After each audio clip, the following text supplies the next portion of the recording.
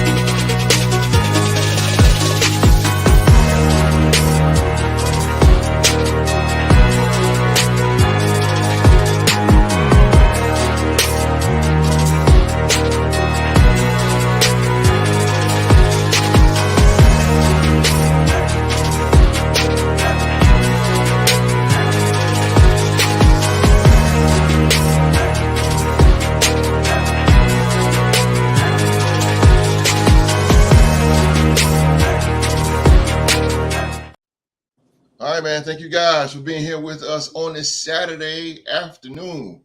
Wherever in the world you are right now, man, we have a good show for you guys today, courtesy of the realest and best podcast panel in all of YouTube, man. I'm talking about these three men right here. They are the Real to Sports Podcast panel. All right, man. Fly Eagles Fly is in the building. The city of brotherly love, the city of brotherly shove. Yes, sir. That is the number one play right now in the NFL. The city of brotherly shove. I like that, man. That's hot. Representing the defending NFC champions. They are the one-time Super Bowl champion. They are the Philadelphia Eagles. It is Philadelphia's favorite son himself. It is Philly G. What's up, people? I'm back. Philly G in the building with the Kelly Green. Yes, sir. The same Miami. Let's go. And representing. Oh, hey, we got the rings again, don't we? We got the rings, and it don't mean nothing right now. It don't mean jack squad, but. It means a little extra though, host. We beat both of those two teams to get two of our rings. So holy smoke, that is a fact. We're representing the silver and black, the Raider Nation. I'm talking about we are the three-time Super Bowl champion, the Las Vegas Raiders. The autumn win. I'm waiting on it, but it's gonna come. The autumn win is here, ladies and gentlemen. It is. Can I say Oklahoma State? Oh, yeah, you have to say it today. Oklahoma State's alumni. Oh, Give yeah. it up. Go Pokes. Yes, sir. Mr. Young Mark. Hey, man, happy to be here with y'all. You see I got it on today. Let's go. It's a great day to be a Cowboy. Happy homecoming to the greatest university on God's green earth. 100 years of Pistol Pete being our mascot. Go Pokes, baby. Ooh, Oh, wow. Yes, sir. 100 years ago, Pistol Pete became our mascot. Holy smoke. He looked like it.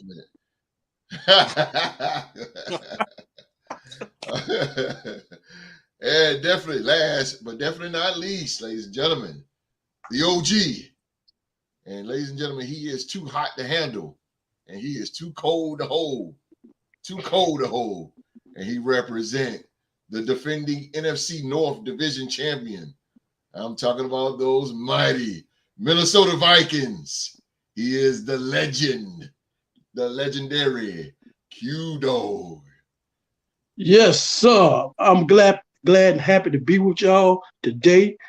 I just still run on an emotional high of the Monday night game where we beat one of the dogs in the NFC when they counted us out. My boy came out, his coming out game, Justin Jefferson, not Justin Jefferson, Jordan Addison. And that's the man I chose to have in my draft. I got him. He's finally coming around. The defense is coming around.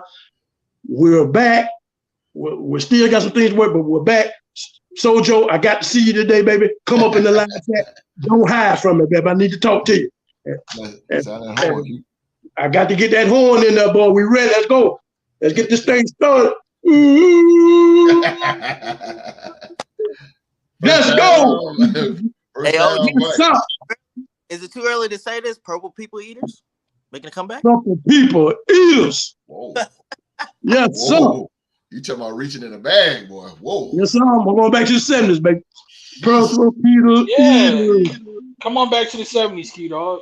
Yeah. We indoors though. We indoors. That's the only thing I hate. We need to be outdoors. Man, purple people is no joke. Yeah. Jesus. That defense was brutal. Hey, where was they at in Super Bowl 11 though? I'm just asking. Let's go, host. Let's go, host. Let's keep this train rolling. Old Fred Target. Old Fred Targeted, boy. Let's go, host. Oh man, Willie. Amari Scott. Boy, they had a great team though. Vikings was on one back in the 70s. Oh man, they was on one. You got to be great to reach 5, man. That's a fact. Even if 5, like that's insane. Yeah. Shout out to the Vikes. Mm-hmm. Riding high, boy. He struck gold on the Niners. Yeah, Yes, sir. I hear you. Sojo, where you at, baby? Sojo, come on, Sojo, and play.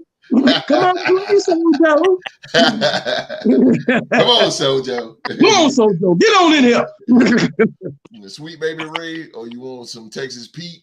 What we got here? We got Sweet. No, host. Huh? Ragged ass Pete. Louisiana. You can't give them the red one. We're gonna give them some molasses.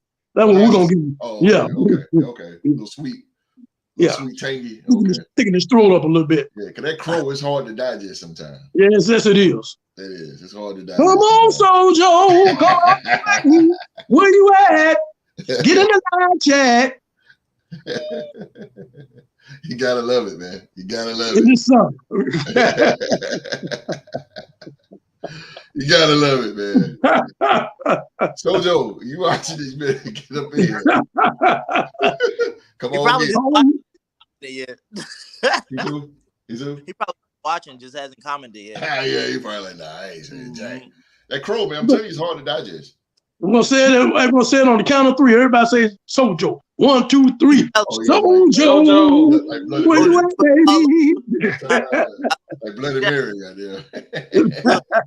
That crow is very hard to eat. When I Yes, lost sir. to the gym, I was hurt. Yeah, that's that crow, man. That's what I'm saying. On my Yeah, behind. You call a man out. So- Now. You call a man out. You got to show up. You gotta show up, man. Any of y'all have to buy a bunch of Steeler gear and Oh, a man. Steeler jersey That's crow. and have it hanging in your house? Yeah. Don't talk to me about Crow, man. That's crow there. Hey, look, I eat my crow. I got Kansas. I want Kansas City Christmas Day. Mark, I know that hurt your eyes every time you see it, don't it, Mark? It hurt your eyes. Hey, too. You do, man. Oh man, I played the Giants on Christmas Day. I'm trying to figure out. You have Christmas Day too? Yeah, my siblings was the We got Giants. Kansas City. I want Kansas City. I want Kansas. I think we're gonna beat Kansas City. I don't care how bad we are right now. I want that game. You gotta do something about the ref, though. Yeah, we gotta get the ref on the payroll. Yeah, he on there. The Deep. ref on the payroll. We gotta get him off. I know for a fact he on there. Yes, sir. He ain't gonna come in there with black stripes. He gonna come in there with red and yellow stripes. He gonna come in there with the red. Whoa, what's going on here? Yeah, him and Taylor Swift, boy, they'll put a number on you. Ain't lying, bro. Ain't lying. Please don't say that, Q Dog, because he's allegedly going to be in Stillwater today for our game. Please don't say that. Oh wow. Maybe he'll bring a ref with him. Oh, come on, man. He might help you out. Bring one of his refs with you. We got to play Travis Kelce's alma mater. It's homecoming. Don't do us like that, man. Yeah. Oh. I forgot. Who's that now? The Bearcats. So, yeah, Cincinnati's coming to Cincinnati. Oklahoma State, Oh. and today's our homecoming game. And there have been reports that Travis Kelce and Taylor Swift are going to be there because, Well, that's where the distraction gonna go. Q-Dog, don't do me like that, man. Hey, bro. Tony Look, Romo. that referee in the tunnel right now, gearing up like this here. Yeah. Yeah, he's looking at brochures on where he's gonna go vacation at. Thanks to the Kansas City Chiefs. Well, I'm telling you. I'm trying to tell you, man. And those of you out there that's watching, yeah, Kansas City be cheating, boy. Those some cheating jokes. Yeah, some of them jokers is, boy. I swear. Cheating, boy. I won't be surprised if Jake from State Farm be out there. He might be out there. Everybody out there. Yo, Take the State Farm. Yeah. Cheating like a mug, boy. Power positivity is in the building. Drew to the game. What's going on, Drew? Work hard every night and day. Mhm. Yes, sir. Sojo, right. Come on, baby. I'm Sojo citing it right now. All right, fellas. Let's go ahead and let's get to the reviews here.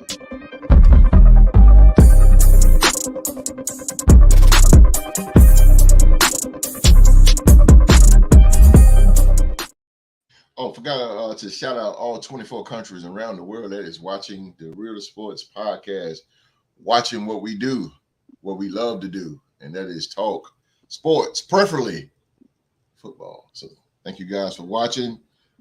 Enjoy the podcast panel. These three guys are going to bring it like they always do. So everybody sit back and relax. It's Q-Dog, Philly G, and Mr. Young Mark. They bring it to us right here on the Real Sports Podcast. Let's start this thing off, man. Thursday night's game was between the Tampa Bay Buccaneers and the Buffalo Bills. Buffalo Bills coming off on top, 24-18, I believe. 24-18. Mm-hmm. Let's go. All right, Mark. Your boy went down. Let's talk about this game. Yeah, man.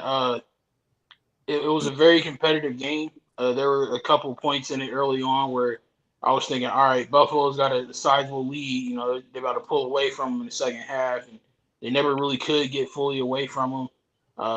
The Buccaneers stayed in it as long as they could, so my hat's off to them.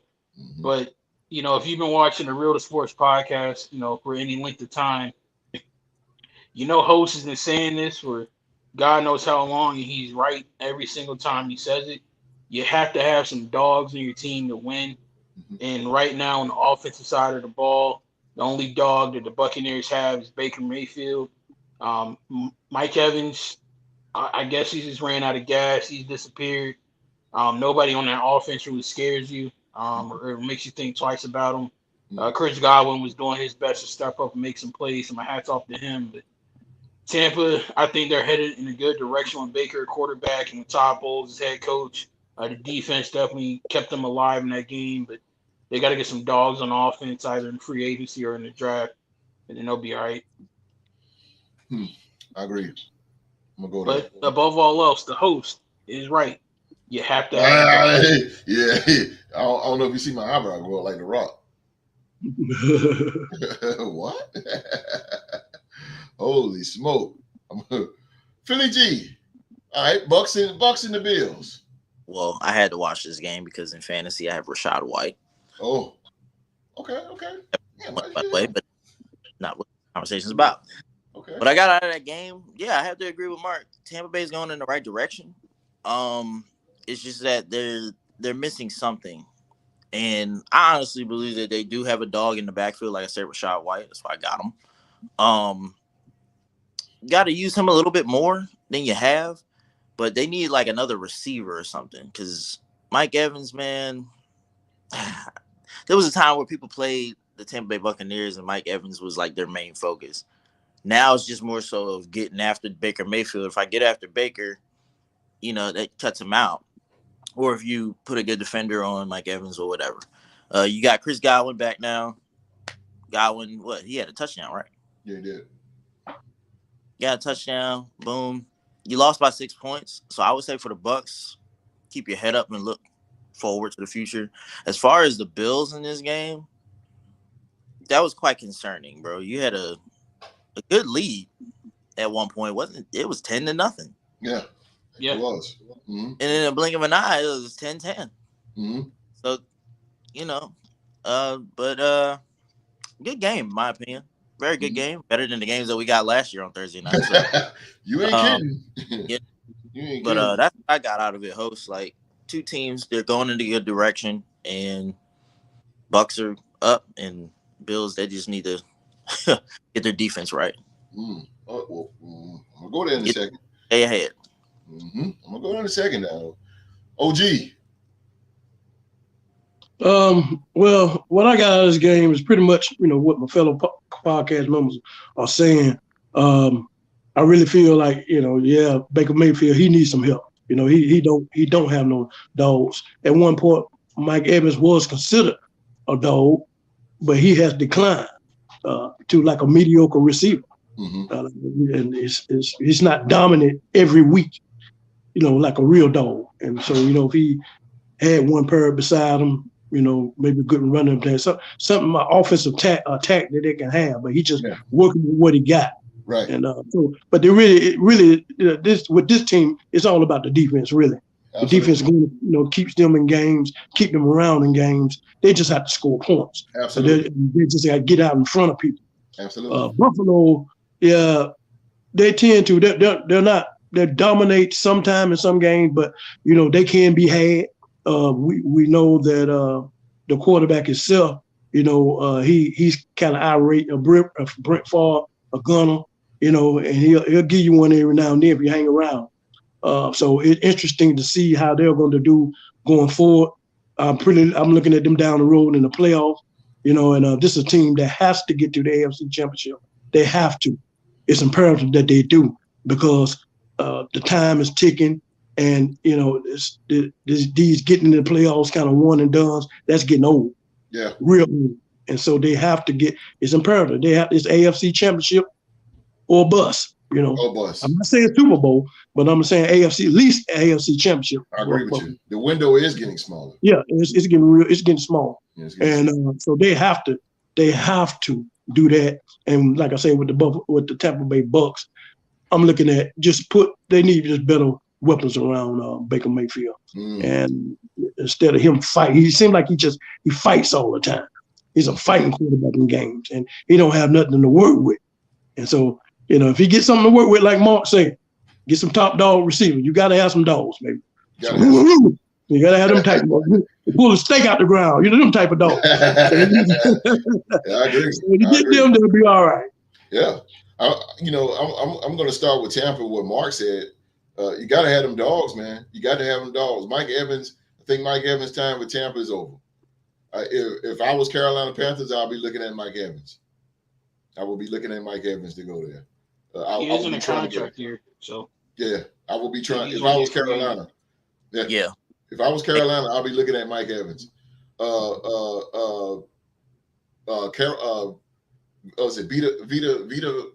I always get his name. Vita. Yeah, you could tell his presence wasn't there. That's Tampa's best offensive lineman, and you could tell his presence wasn't there. It kind of they probably played bad without him. Baker Mayfield to me is one of the best on the play action, and he's good.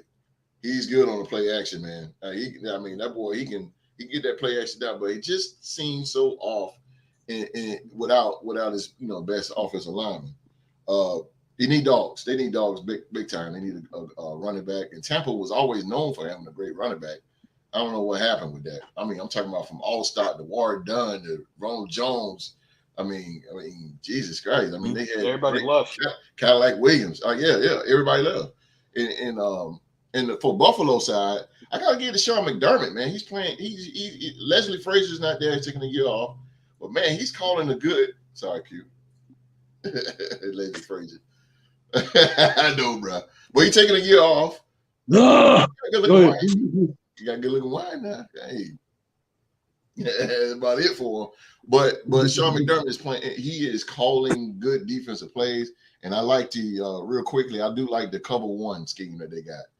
And those of you know what a cover one is when you got 8 on the line. It's a man-to-man coverage, and you got 8 on the line. You got 2 linebackers in the middle, and you got one which is Micah Hyde, which is he's the last one in the back. So it's called a cover one. It's a man-to-man defense, shutting Tampa down left and right with it. Then they did a cover one robber, and that's when you got the same 8 on the line, but then this time it's more of a zone. And you got Milano back there. He's acting like he's gonna blitz, but he drops back. So he's the robber. It's called in code Mike. It's a Mike linebacker. Deuce know what I'm talking about. But yeah, I like the scheme. I like the scheme Buffalo got. They're just regular cover one, man. Regular cover one. Tampa just needs some dogs in order to survive in that division. I still kind of see Tampa maybe winning that division, but they're gonna win it like Tom Brady did, like 8 or 9, if they keep on going like this. But I still see Tampa as the best team in that division. It's just the same. I mean, but let me ask y'all real quick, what is going on with Buffalo? Because Buffalo just not a threat no more. Like when you see Buffalo, it's just like, they don't scare anybody no more. What happened? They've been hitting the mouth host like many other dominant teams so far. Mm-hmm. That's it. I mean, you're still winning games here and there, but like I said, that game on Thursday, it should have been a bigger lead than that. You should have at least scored 31, if that. No 24-18, man. Yeah. Buffalo's more, as you can see with Josh Allen running, the crowd was in it when he was running the ball. Josh Allen, I mean, much as we said it last year, he need to stop running. He need to do it again. He need to start, because you don't have that running back. I mean, LT got a little age on him, but LT ain't what it is like Latavius Murray. It's not that running back like that, like he used to be. But as you can see, when Josh Allen was running the ball, man, it was to me like it was like, wow, like he got the crowd hype. He's a big dude. Run the ball, man. Just run the ball. What do you think, Q? I'll get Carson Wentz. Well, maybe this is a cold weather team. Yeah. And we'll see, like in the likes of December when it's when it's really cold, that lack of running game might be Achilles' heel. Because only person I can really see is a dog is Stephon Diggs. But the only problem with him is that if he gets irate and he don't get his touches, he's gonna be a problem with the team. He's on the sideline ranting and in Josh Allen's face, and then that's when the team might derail. I mean, if he needs to stop his antics once he don't get the ball. He's away. Yeah, diva. But I don't really see them really having no dogs like Miami and being able to get out in front of teams and score and all this kind of stuff like that. Yeah. So I mean this is why I'm saying this is a team that we need to see in the AFC Championship. We're seeing them time and time again every regular season being dominant. Yeah. But they have to get to the AFC Championship. That's what I'm looking forward to. I'm looking for them and the Baltimore Ravens. They've been hanging around too long not to get there. Yeah. They have to get there. You got these young teams coming up. Yeah, I agree. Like Miami and the Jets and all these other teams, what I'm saying, that we're speaking of them more than we're kind of speaking of you. Absolutely. So that's y'all team has much been around a little bit more than they have. So it's time for y'all to get to the mountaintop. Yeah, and I agree. That's the team that could really physically take down Kansas City. They can really take physically. They can take them down. Right. They have a great defense. The division. So I said something. I said OG teams in their division on the team young and that are looking good as of right now. All right. So Lord have mercy. Look who we got. Look who we got here. D-Rick. Lord have mercy. D-Rick. Good to see you, man. Philly G. I heard you looking for. I told you, D-Rick. Philly G looking for you. Oh yeah. What's up, D-Rick? D-Rick. Good to see you, man. Yeah, D-Rick. What's up, D-Rick? That's my dog, man. What's up, D? D-Rick. What's Sojo at? I thought it was Sojo though. OG. I That's thought it why I was. thought the way you was announcing, I thought it was Sojo. No, I'll let you know when Solo get there. I But let they you Chopping at know. the need to bit. I'm have chopping at the bit. I know it. I see the spackle on the side of their mouth, boy. Yeah. At that moment, boy. The chain can't hold me back. Ain't no chain. I got a chain on me this thick and it can't hold me back, baby. I'm ready. Come back here. Come back here no more, Sojo. Come back here. But yeah, I Come mean, back the here. Bills going all right though. Hope. Like, Mhm. well, I say that, and then things happen. And then as far as like the diva wide receiver, yeah, I think that's why we didn't go get Stephon Diggs to think about it. Yeah, I mean, Q No. can talk about that because he had him. You know, he Yeah, drafted I mean, him. yeah, I was offense OG, like, but I mean, he played for his team. Yeah, but I'm just saying he's a good receiver, but at the same time he's a diva because he don't touch that ball. He starts to get irate and get his antics. It's bad for the team. Yeah. You shouldn't get in your quarterback face doing the things that he do. Especially on national television. Diggs Yeah. he's a full quarterback receiver. Diggs ain't burning nobody. No. He's just not that type of receiver. They should put him in the slot, if you ask me, and put Gabriel Davis on the outside. Gabriel Davis catch bigger catches than he do. When he gets the ball, I don't know if you've seen these highlights, bro, from this year. They can't tackle him. No. Crazy. Yeah, I agree, Philly. I agree. You're not trading crate. Say going. Well, that was the Thursday night game between. Oh, I'm sorry. Go ahead, Mark. I think it's two things that's kind of like hurting Buffalo. Yeah. Number one, this year the offense has kind of been wishy-washy, if you will. Like they show up certain weeks, certain other weeks they don't. Yeah. But the main thing I feel like that's holding this team back, and this is kind of like the third year in a row that this has happened to them. They keep losing all their top dogs on defense to injury. Like you were mentioning Matt Milano and Tre'Davious White and those guys on defense. Yeah. Only unfortunate thing is they're all out right now for the season. They've all suffered season-ending injuries, so they got to figure out some kind of way to build some depth on their defense, especially in their secondary. Yes. Either through the draft or free agency. But if they can get that defense right with some high-quality players who can stay healthy, then they'll be able to reach their full potential. But until they can get that fixed, like the old saying goes, defense wins championships, and you got to have one. Yes, I agree. And like I said, to me, they're about the only defense besides maybe the Jets, but they're just still a little wet behind the ears. But that's the only defense that's physical enough to take down Kansas City. Baltimore, okay, but I just still think they're a little bit too young. I don't see anybody else besides. Don't forget the Browns. The Browns. They're the number one defense right now. Believe it or not. Yeah, but the led defense right now. You got a good point with the Browns. No, I'm not saying you're wrong. Or me personally, in my opinion, I'm not saying you're wrong, but the Browns, they tend to give up a lot of big plays, though. Yeah, they give a lot of big plays, but they are number one defense. They put a lot of pressure on you. Like here and there, they get in the backfield. Yeah, but they can't stay on the field the whole time because the offense ain't really clicking on nothing right now. So you keep them on the field, man, they're gonna be wore out. I feel like every time they put PJ Walker out there, they have a very high chance of winning. Yeah, shout out to PJ. Shout out to the XFL, baby. Back, man. Yeah, PJ doing his thing out there. Oh boy, see you in Vegas. Hey man, bring Daniel Jones with you. We got a game. I hear that, man. I hear that. I mean, hey, D-Ray, hey, I do you one even better. Jimmy Garoppolo for Danny Dimes, man. Come on, talk to me now. You would take. No, Mark. We can't replace a fool with a fool. I'm about to say that. No, bro. But host, you got to think about it. 2024 having Danny Dimes puts us in better position for Caleb Williams and Michael Penix Jr. Yeah. Nah, I really got a much better shot at them than with Jimmy G. You know, no, forget I said anything. Just start Brian Hoyer the rest of the year. That's what I agree. Yeah, start Hoyer. Hell, why not? Bring Tyrod next week. Okay. Bring him on. But that's what I was They saying. terrorized my guy. Man, Oh, that was my Madden quarterback for You're gonna need years. Phil boy. Simms. Bring Phil Simms too.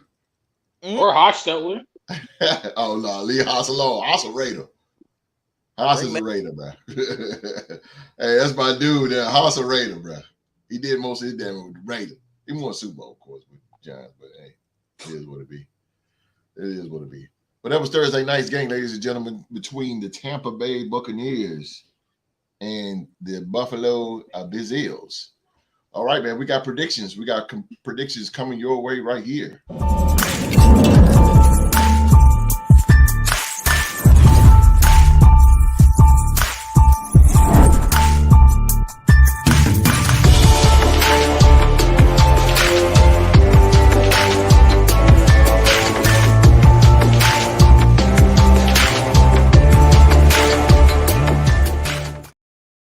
We are in week 8 predictions. Week 8 NFL predictions here. Right here on the Real Sports Podcast. Q, he ain't gonna learn, bro. I was just gonna say those who need an honorary NBA title match with them too, man. Q, he ain't gonna learn. He don't back down, do it. No boy, big glutton for punishment, ain't it? Four times in a row. 4 times in a row, man.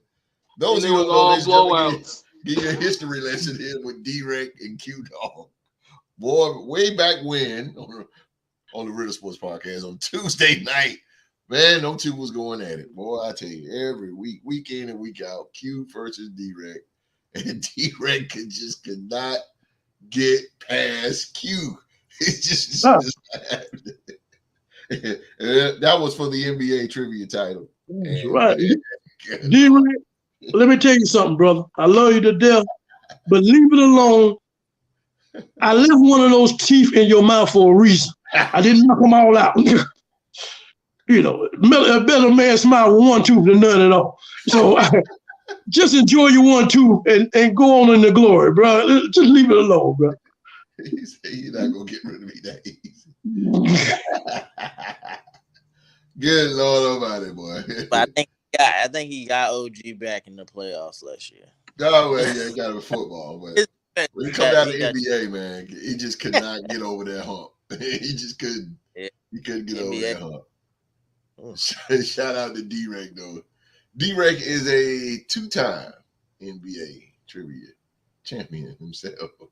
Two-time. I'm hoping to join his tier. I feel you, Philly G. Speaking of the champ, shout out to the champ, Deuce, the NBA trivia champion. He's sitting back chilling with that title belt right now, but it won't be long, sir. Time to get back to work. It won't be long. All right, man. Week 8. We are in week 8 NFL predictions here. Let's start this thing out, man, with Mr. Young Mark. First game, we have the Houston Texans going to Charlotte, which is that way.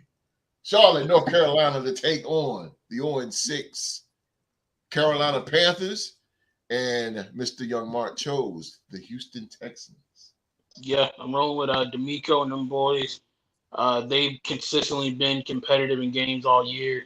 Carolina hasn't been. They were competitive for like a quarter against Miami, but that was about it. So, yeah, I think the misery continues down there for my boy Chris and the Panthers. So, give me the Texans.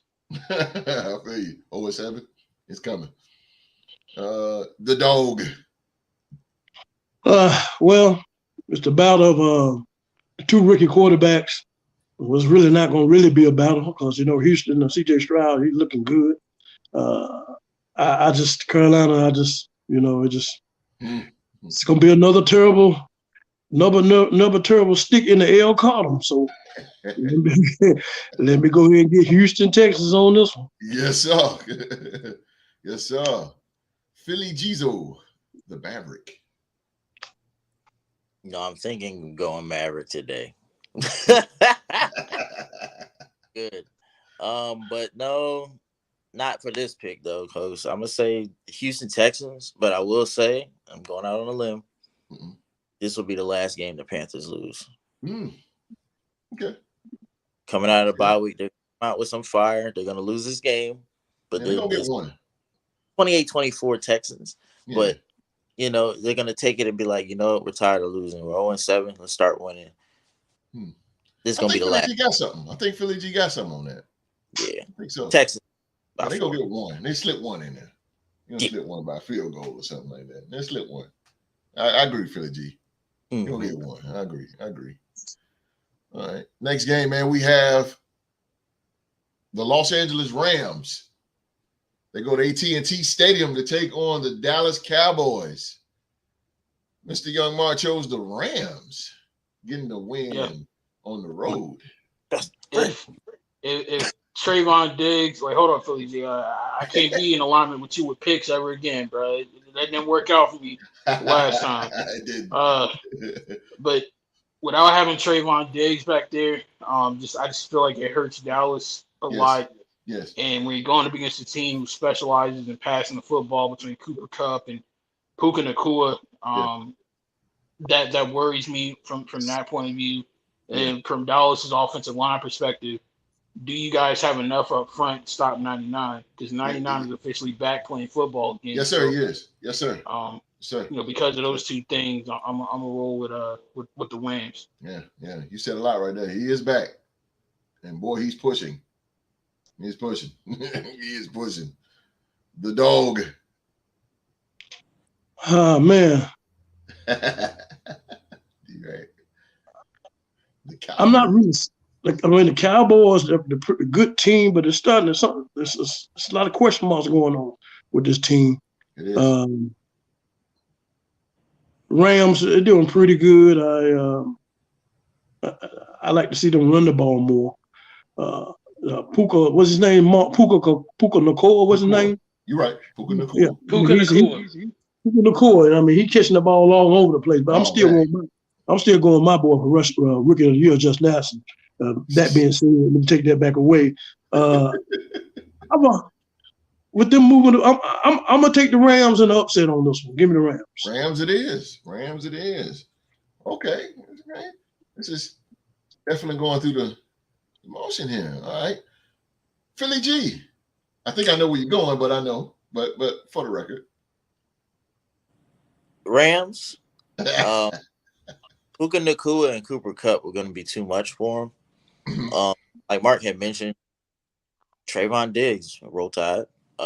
He's missing on this defense. And like OG was saying, Dallas is like, I don't know. You play these bad teams very good, like you're supposed to.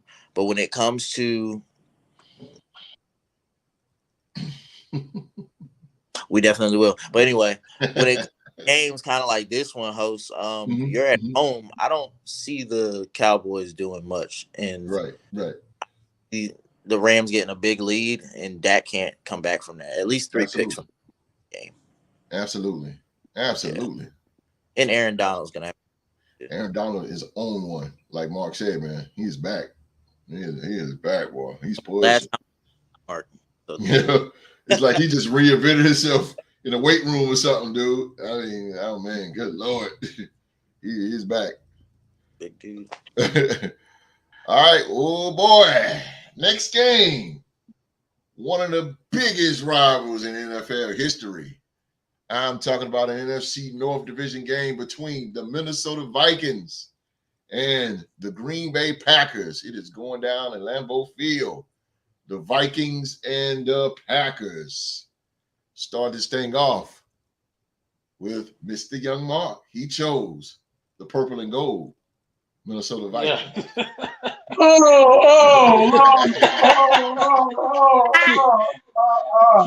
Q called me a bandwagon. You heard me. I'm putting joy in Elizabeth. Come on. Putting joy in Elizabeth. Hey man, they listen to me. Obviously Kevin O'Connell in the game.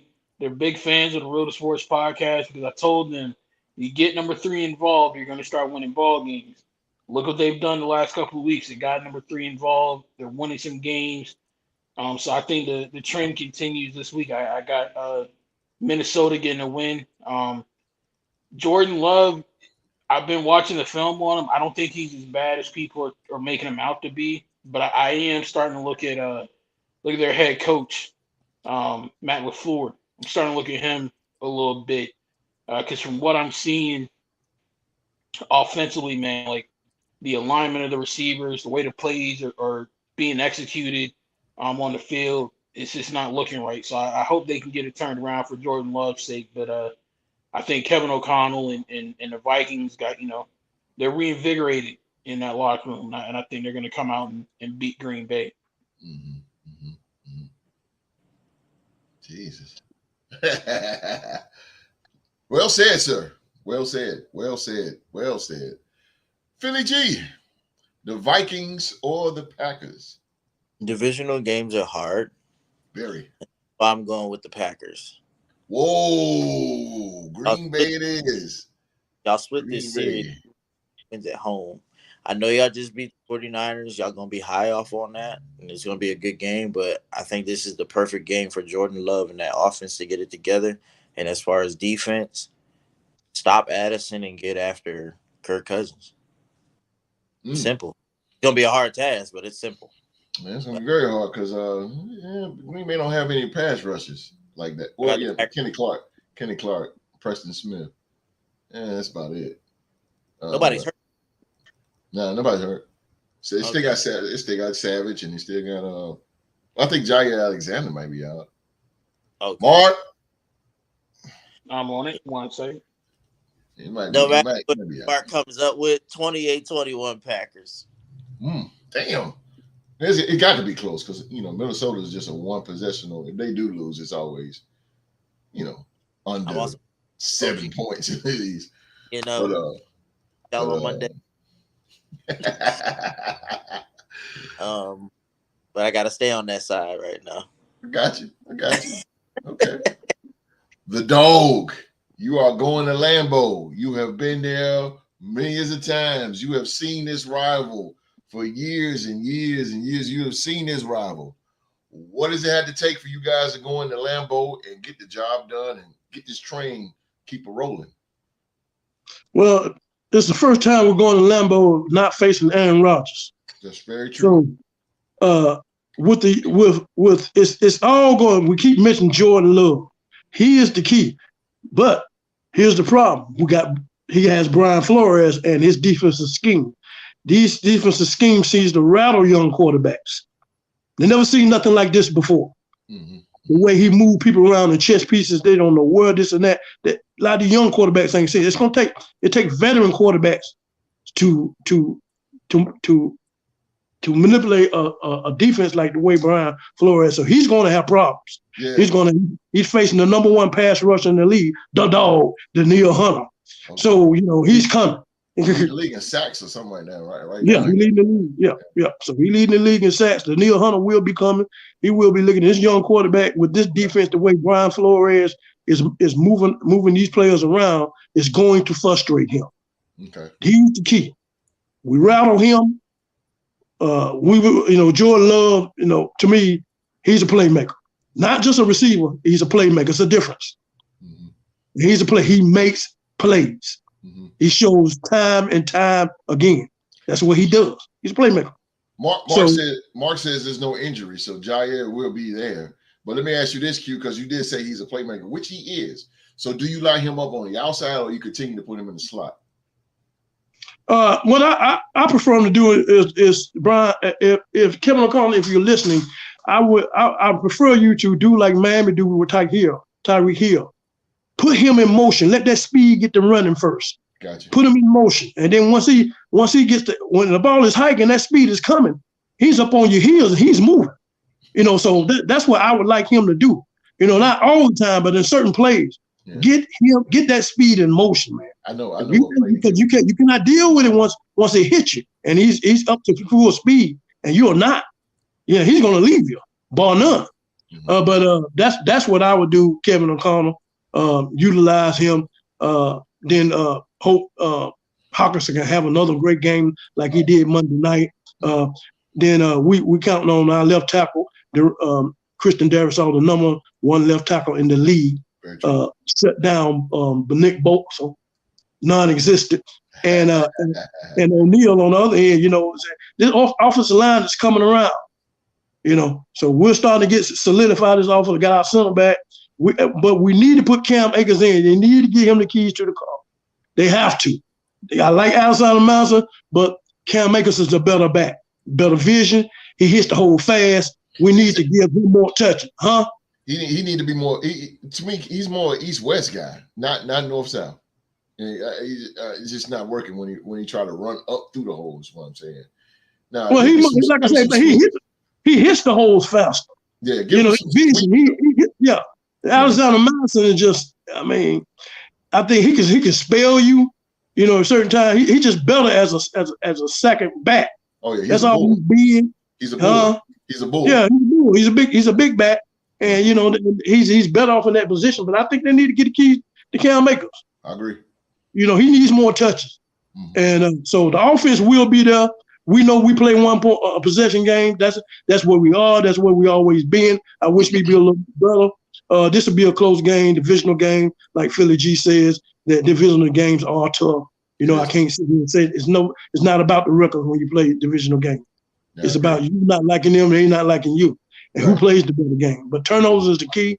Last week we won the turnover battle. We need to win it again, and so to keep this train going the way we're going to our main man get back in 2 more weeks, and so that's what I'm looking forward to in this team. And if we keep those things, what I just said, and we do those things, I think we'll come out on the victory side. Okay. Mark has a question for you. Q. Okay. Key dog. So, you know, undoubtedly that was a big win for you guys on Monday against the 49ers. And I think without question, it really reinvigorated the locker room and got the team spirits back high up like they were at the beginning of the season. I've been hearing rumblings that Dalvin Cook is very unhappy and unsatisfied in the Jets offense right now. You think it's time to spring a trade to bring old 33 back home to Minnesota? Well, I mean, he shouldn't have never left, you know, because I really feel that he would have been the starter. He already knows this offense, and it was just a money thing. You know, that's all it was. So he went for the bag. He got the money that he wanted, but it's just not panning out for him. I would welcome him back because our running game ain't hitting on nothing. We get somebody that knows this offense, knows Kevin Connor, and he's just a plug in from day one. It's undisputable. Both of those backs are not better than Dalvin Cook once he get put in the right system. And the system that we had, he been in for so long. I mean, well, year 2 with Kevin Connor, you know, makes sense. He was a Pro Bowler and everything in this offense. Now, you know, he done went from sugar to you know what. So I really feel that if we get that would be good if we get somebody back and spruce up this running game, you know. So that's up to them. Come Tuesday, see what they can do. And yeah, we always said that we did say the door is still open. I think they did say the door was still open for him once we let him go into free agency. You know, so they did say that door. That's a good point, Mark. And I think the way if the running game was on point, the way it should have been, they wouldn't welcome them back. But it's a thought since the running game is not happening the way it's supposed to happen. Okay. Right. Now, he's here. He's here. Oh, man. So, Joe, you came to face the nation, huh? Facing us? Yes. Welcome to the Real Sports Podcast. Sojo. Yes, sir. Sojo. Anything you want to say to me, Sojo? Yeah, I'm looking for you. He's been waiting. Yeah, Sojo is in the building. I'm waiting up for you to crown me, Sojo. Go crown and crown. You crown me. Come on, Sojo. Word. Where you at, baby? You done went back to sleep. You ain't got back in the bed. Oh my God. That was a good question, Mark. Very, very good question. Yeah, good question. Man. I think I heard something about that on the internet, though, Mark. That was a good question. Okay. Next game, man, we have the New Orleans Saints taking a trip to Lucas Oil to take on the Indianapolis Colts. He said, I'm going to cry in the car. Sojo said, I'm going to cry in the car. Let me hear you say skull one time, Sojo. Come on. Let's go. Skull, baby. Come on. Come on. Come on, Sojo. Clap them hands together. What Nick Boo said?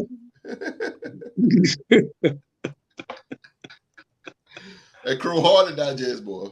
Yeah, it is. It's hard, boy. It's hard. Mark chose the Saints over the Colts. Oh, thank God. I don't know how confident I am in this one, to be honest with you. Every game that the Colts have been in this year, they've been incredibly competitive in. And then the Saints, it's just like whenever they're playing a game outside of the NFC South, they've just been outmatched, it seems like. So this one really could go either way, but I'm gonna put my faith in Derek. I hope the real Derek Carr shows up this week, and him and that offense can finally get on the same page and get a rhythm. If not them, then at least the defense. With Cam Jordan and those guys, like they got to step up and try to make Gardner Minshew give them a couple, and hopefully the offense will be able to take advantage of it. So it's not my most confident pick in the world this week, but just for the simple fact that they got number 4 back there under center, I'm gonna roll with the Saints this week. The Saints it is, for Mr. Young Mark. Let's go to the dog. Then the Indianapolis Colts of the New Orleans Saints. Well, all year long, to me, it's difficult to pick. It's kind of hard to pick with the Colts because I agree with Mark, and I always believe that the Colts they do play competitive, and they really do. But in the beginning of games, it seems like they're going to get blowed out. They won't have no chance, but they find a way, to come back and make things competitive. They must have been drinking that Viking juice. But I hear you, baby. I hear you. Stick your chest out. Yeah. But and that being said, the Saints, they started out the year kind of strong, and then they kind of just go back and forth. And I mean, they got Alvin Kamara back, but they're just not dominant. It's just not a dominant team. No, not at So all. that being said, and I'm gonna take it's probably a close game, and Colts playing close game, but I'm looking for them to pull it out. The Colts. Yeah, stay out of my Viking cabinet, Colts. Stay out of it. I'm drinking my juice. I know that's right. The Colts it is. Philly G. Why would I ever go against Shane Steichen and Gardner Minshew after the team played with last year? That's very true. So with that being said, I got the Colts winning this game 24-10. Derek Carr will not be a factor anymore. Stupid. And that's all you need to know about that game. The Maverick strikes again. 24-10. 24-10. The Maverick strikes again. The crazy thing is, it's not even that far off from reality. What actually could happen. No, he's not. He's not. He might be dead on. Yeah. He might be dead on. Speaking of New Orleans Saints, GC. GC, what's up, baby? Juice, OG. GC. He said he's coming to take your juice, OG. No, baby, I'm gonna lock my cabinets up. Everybody shooting for you, OG. Yeah, I'm gonna give you the watered down version. That's what I'm gonna give. Get that diet version. Yeah, I'm getting that watered down version. What's going on, GC? GC's in the building, the flyest man in the land. I heard the former Packer giant and Raider Blake Martinez, who retired to sell Pokemon cards, has had a workout with the Panthers. What are your thoughts on that? Good question, D-Ray. I mean, it's a good team for him to go to right now as far as defense. Blake Martinez? Yeah. Good player, but doesn't move the needle or change the outcome for that team right now. I think Brian Burns is moving the needle for the Panthers right now. I keep that yak on me, so we will be all right. GC crazy as hell. What you say for the G? What I was saying about the Panthers is like their defense stepped up in the past few weeks. I don't know if you guys have seen that, but It's just I really feel like it's their offense that's holding them back. Yeah, And open absolutely. sticks. Yeah. Their defense is getting OG pick sixes from the 1 yard line and stuff like that. Yeah. So and then you got old man Thielen. That's it. So they do go after Mike Evans in these next few days and actually get him. If they do sign Blake Martinez, I think they can turn it around, but you got to sign a little bit more to get your team right. But that's why I said this game, this Sunday, tomorrow, should be their last loss. Good point. Should be. What you think, Mark? Blake Martinez to the Panthers. Like I said, great player, but it doesn't. It's not going to help what they need help with. Defense hasn't really been too much of an issue. Like we kind of saw that in the way that they played against New Orleans on Monday Night Football.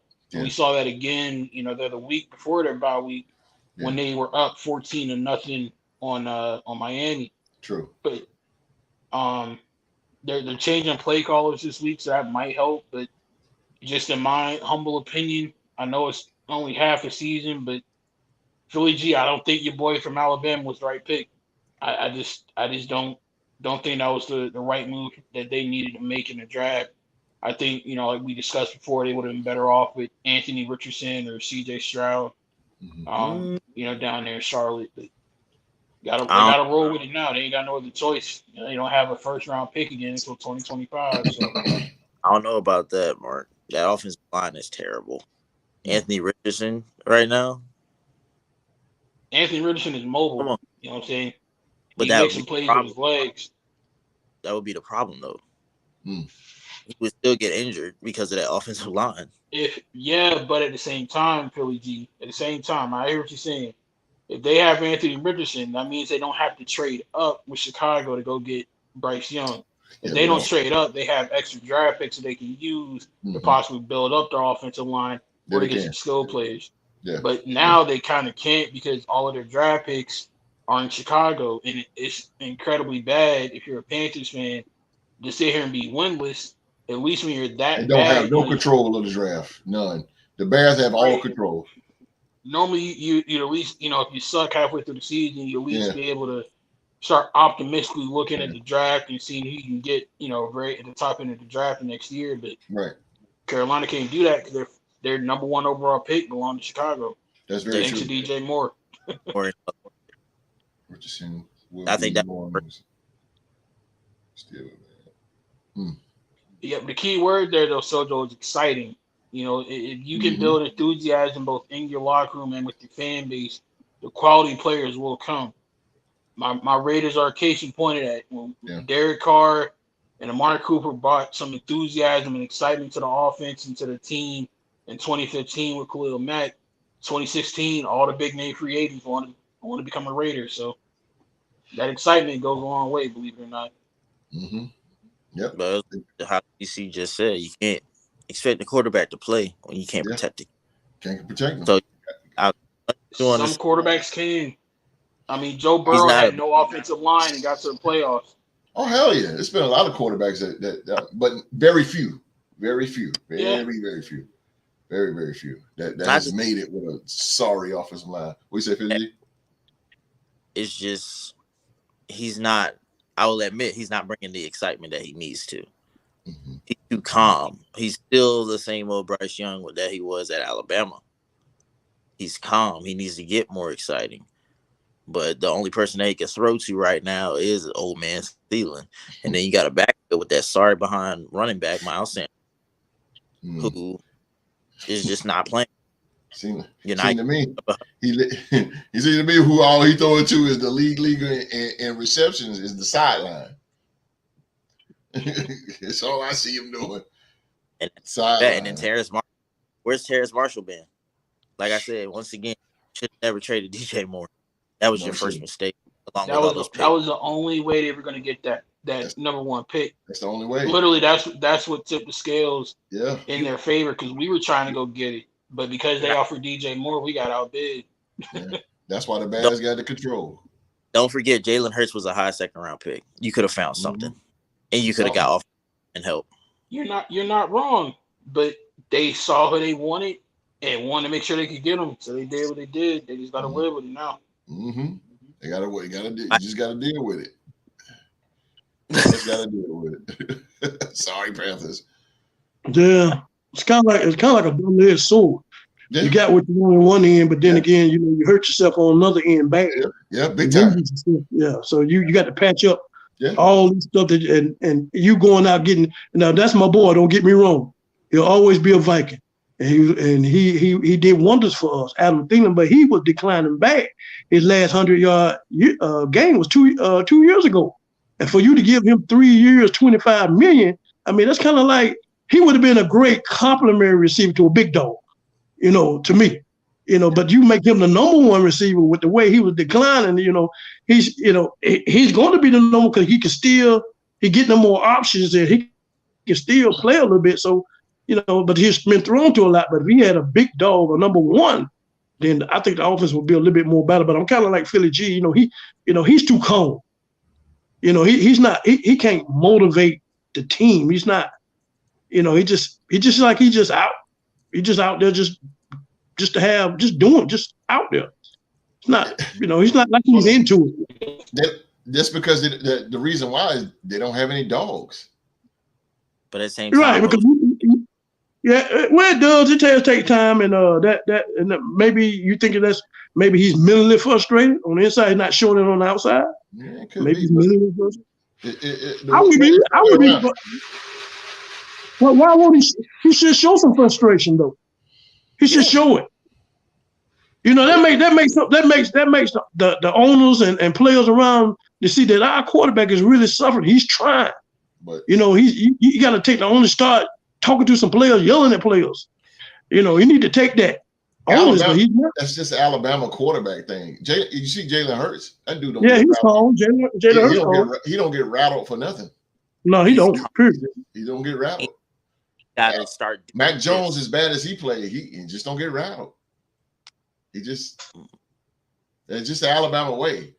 Quarterbacks. McLaren was like the AJ McCarron. I mean, everybody, all the Alabama quarterbacks. Ken Stabler started off, and just calm, cool, collected. Dang, host. AJ is like that. I just they do not get rattled. Like, no, he stays calm. He does his job, and then with Jalen, Tua, yeah, you just don't see it. But the difference though, Tua got fired up. When Ryan Clark made them comments about him on ESPN, Tua got fired up. Yeah, he did. He did. And it's like, Jalen, because nobody don't like Ryan Clark. It takes a lot for Jalen to get riled up. Yes, facts. That is facts. I like Ryan Clark. He's all right. I like Ryan Clark. Yeah, he's all right. He keep it real though. He keep it real. But I like him. I like him at times. Next game, the New England Patriots. This is an AFC East Division game. The New England Patriots, they go to Hard Rock Stadium down in the hot old weather to take on Tua and the Miami Dolphins. Mark went with the Dolphins here. I don't expect this to be a blowout or an easy victory for Miami, especially based off of what we saw earlier in the season. New England probably played them up until the Philadelphia game this past Sunday. New England played them tougher than any other team that they faced all year. Mm-hmm. So I think it's going to be a dog fight, but I got Miami just because they have more talent on both sides of the football. Yeah. I think they'll pull away and win the game, but I don't expect another like Miami Denver type score in this one. Yeah, I agree with you on that. I definitely agree. The dog. Just another divisional game. The records don't matter. With divisional games, they know each other. They don't like each other. But New England traveling down to Miami. I think maybe the speed might be a little too much for them. I mean, they probably try to compete, but I think Miami's just a little bit too much on offense for them. They'll rebound from the Philadelphia game, so I'll take the Miami Dolphins. Yeah, they definitely. And you said the key word speed. Mm-hmm. Speed. And New England, they live and die by that man to man. So good luck to that. Holy moly. I wish Christian Gonzalez would have never got hurt. Word. Yeah, it makes a big difference. But man, they in the world of trouble. They play man on Miami. Shh. It worked for him in that first game, host. Yeah, They were literally in that game to the very end. yeah, that's true. You don't lost a lot of the key reasons why you were able to get away with that. Facts. That big old facts. Philly G. So I know that Patriots aren't us. Once again, divisional games are hard. The Maverick, yeah. I got the Patriots winning this game. Oh, there he is. 28. And I think that, Tyreek's going to his numbers or whatever, but they hold him to one touchdown, and that's going to be big. Jalen Waddle, Chase Claypool, they're not going to be effective. Barrios is not going to be effective either. I think they're going to depend more on the running game, and I think the Patriots are going to stop the running game. As far as the man-to-man, throw some blitzes in there on that man-to-man when Tua's, looking for it. Or say he doesn't see it. As we showed, when he's pressured, starts to make mistakes or he can't get the ball off in time. Right. Patriots 34-28. Could be a high scoring. They put up 29 against Buffalo. A stout defense. Go up a little bit higher, 38-34. Shit. Okay. All right. The Maverick strikes again. Again. All right, ladies and gentlemen, next game, man. This is the Battle of MetLife Stadium. Oh boy, here we have the New York Jets versus the New York Giants here. Green versus blue. The Battle of MetLife Stadium. In New Jersey. Yeah, in New Jersey. In New Jersey. All right. Mr. Young Mark chose the New York Jets. And this is there's a lot of history in this game. If you know football, like this rivalry was so heated that at one point the NFL had to stop playing them, and they were only playing this game in the preseason. So if the preseason getting heated, to the point where they got to stop it, it's some bad blood. That's facts. Dudes got their jaws broken in this rivalry, collarbones, just nasty. But keeping it in 2023, mad respect to Tyrod Taylor. That's my guy. First black quarterback to ever win a game for the Giants in their almost century-long history. But I just think that the Jets defense a little bit too much, and that's really where I'm hanging my hat on this game. I think they can be the difference, because remember last week the Giants won 14-7. Yeah. Didn't really put up a whole lot of points on offense against Washington, so right. I think the Jets defense will hold them in check for the most part. I hope my man Darren Waller can get his, but I'm gonna roll with Gang Green on this one. Gang Green it is. D-Ray said, I'm not trading Saquon. Coach the ball has already shut that down. What would the Saints gain from getting Saquon? You got my Crazy man Williams from Detroit and Kamara. Yeah. What you need a running back for, bro? What you need Saquon for? Y'all need. I know where the dog is going with this, but for the record, the dog. Man, I'm gonna go with the Jets on this one. I think the defense is a whole lot better. I think the Giants don't have no dogs to counteract this defense. I think the Jets is gonna really put a chokehold on that defense itself. And with the Giants, I think they're gonna, as far as offensively and skill wise, they're not gonna be able to do nothing with this defense. Right. And the Jets will do enough to score against the Giants, but the defense is going to be the key. And I think that'll be way too much for the Giants, that defense. If it's strong against the 49ers, I know it'll be strong against the Giants. So let me take the Jets. The Jets it is for the OG. What the Maverick got? Logically, you would go with the Jets. But I'm the Maverick. Giants 17-14, man. Give me the Giants 17-14. Giants sneak through. Saquon runs wild in this game. They don't ball. That would be dumb. The Giants a sneaky team, you know. That goddamn them. I mean, boy, they got a 40 clove in the back pocket. I think that Darren Waller does get his. In all honesty, they sneak him past. He gets 2 touchdowns, and they win by 3. So 7-14 Giants. Okay. Let me down, them sons of guns. The Maverick struck again. Sojo said, "I got the Jets." Sojo going with the Jets. You know, we ain't with that. Next, oh my goodness. Oh Lord, I can't believe that's probably my upset of the week, host. Big one. A big one. Whoa. But this next game here, we have the Jacksonville Jaguars as they go to Pittsburgh to take on good old black and yellow, the Pittsburgh Steelers. And Mark chose the Pittsburgh Steelers for the win. Wow. Yeah, go ahead and somebody call Satan and tell him to go ahead and get his winter coat ready because he's about to be a snowstorm in hell. For real. This pick was out of me being completely petty.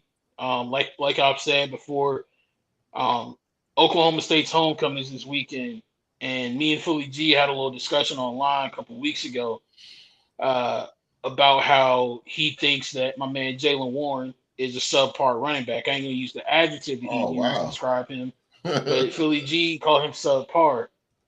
And ever since then, man, that comment has got me fired up, and I found myself rooting. I found myself like secretly rooting for number 30 to get off and have a big game, and that's what I'm hoping. I hope he carries that offense, proves why he should be the number 1 running back in Pittsburgh, and then that defense shuts down the game manager Trevor Lawrence. So I'm rolling with the yeah, y'all know who I'm picking. Black and yellow. I remember the comment, but I'm gonna wait my turn. Deuce. The dog. But Deuce ain't here to hear that. I know that's right. Oh snap! What you got, big dog? Q dog. I tell you what, I watch a lot of National Geographic, and I like the big cats, and the Jaguar is my favorite cat. Yeah, for particular reasons. Yeah. And the Jaguars itself kind of identifies with the Jaguar. I mean, they're a tough defense. Tough defense. I like Trevor Lawrence. I like the way he gets the ball out. But Pittsburgh is kind of like they kind of derailing. They're not the dominant Pittsburgh Steelers that we used to know. And so, especially on defense, I mean, good God Almighty, I don't know what they done went. And so that being said, I'm gonna go ahead and take the Jaguars on this. The Jags. It's gonna be a good game. This is gonna be a real good game. I'm definitely gonna tune into this one. Philly G. So I made a comment saying that he's trash can. Those that know him, he said trash can. Not running back. Also, you got that computer. I'm picking the Jags in it. Yeah. Jags, Saxonville. They're gonna stop Jaylen Warren in that offense, and just deal with it. Man. 28-17 Jags. 28-17. Let's hear it, Philly G. Oh, I said Jags. Yeah, I know. Let's hear it. Let's hear what? Duval. Oh, Jesus Christ. Duval! Jesus Christ. Duval County. But host, that computer love comment got me dying. I'm trying not to bust out laughing, but that computer love comment got me. Billy G had that computer love going on, boy. Because I can picture Q Dog singing that song right now. Oh, don't get him started now. Don't get him started. Oh man. Don't say that computer love, Q. Come on now. Don't do it to him. Y'all stupid. Don't do it to him, bro. Next game we have the Atlanta Falcons. They are taking on the Tennessee Titans. Falcons versus the Titans. Mark went with the Falcons on this one. The Dirty Birds. Yeah, man. Titans are without Ryan Tannehill. They got to start. They're starting Will Levis at quarterback, but they're also saying that Malik Willis is going to play too. So that pretty much means their offense is going to be one-dimensional. So yeah, just for that reason alone, I'm reluctantly going with the Falcons. Arthur Smith, Arthur Blank down there in Atlanta.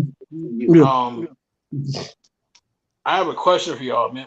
What the hell is going on with Bijan? Like, is he hurt? Is he not hurt? Like, what was up with that? Like, he played like a couple of snaps last week, and then they pulled him, and they pulled him, and never said what was wrong. So they didn't. That's my only concern with Atlanta. But other than that, yeah, I'll take them over Tennessee this week. They need them against a feisty Tennessee Titan defense.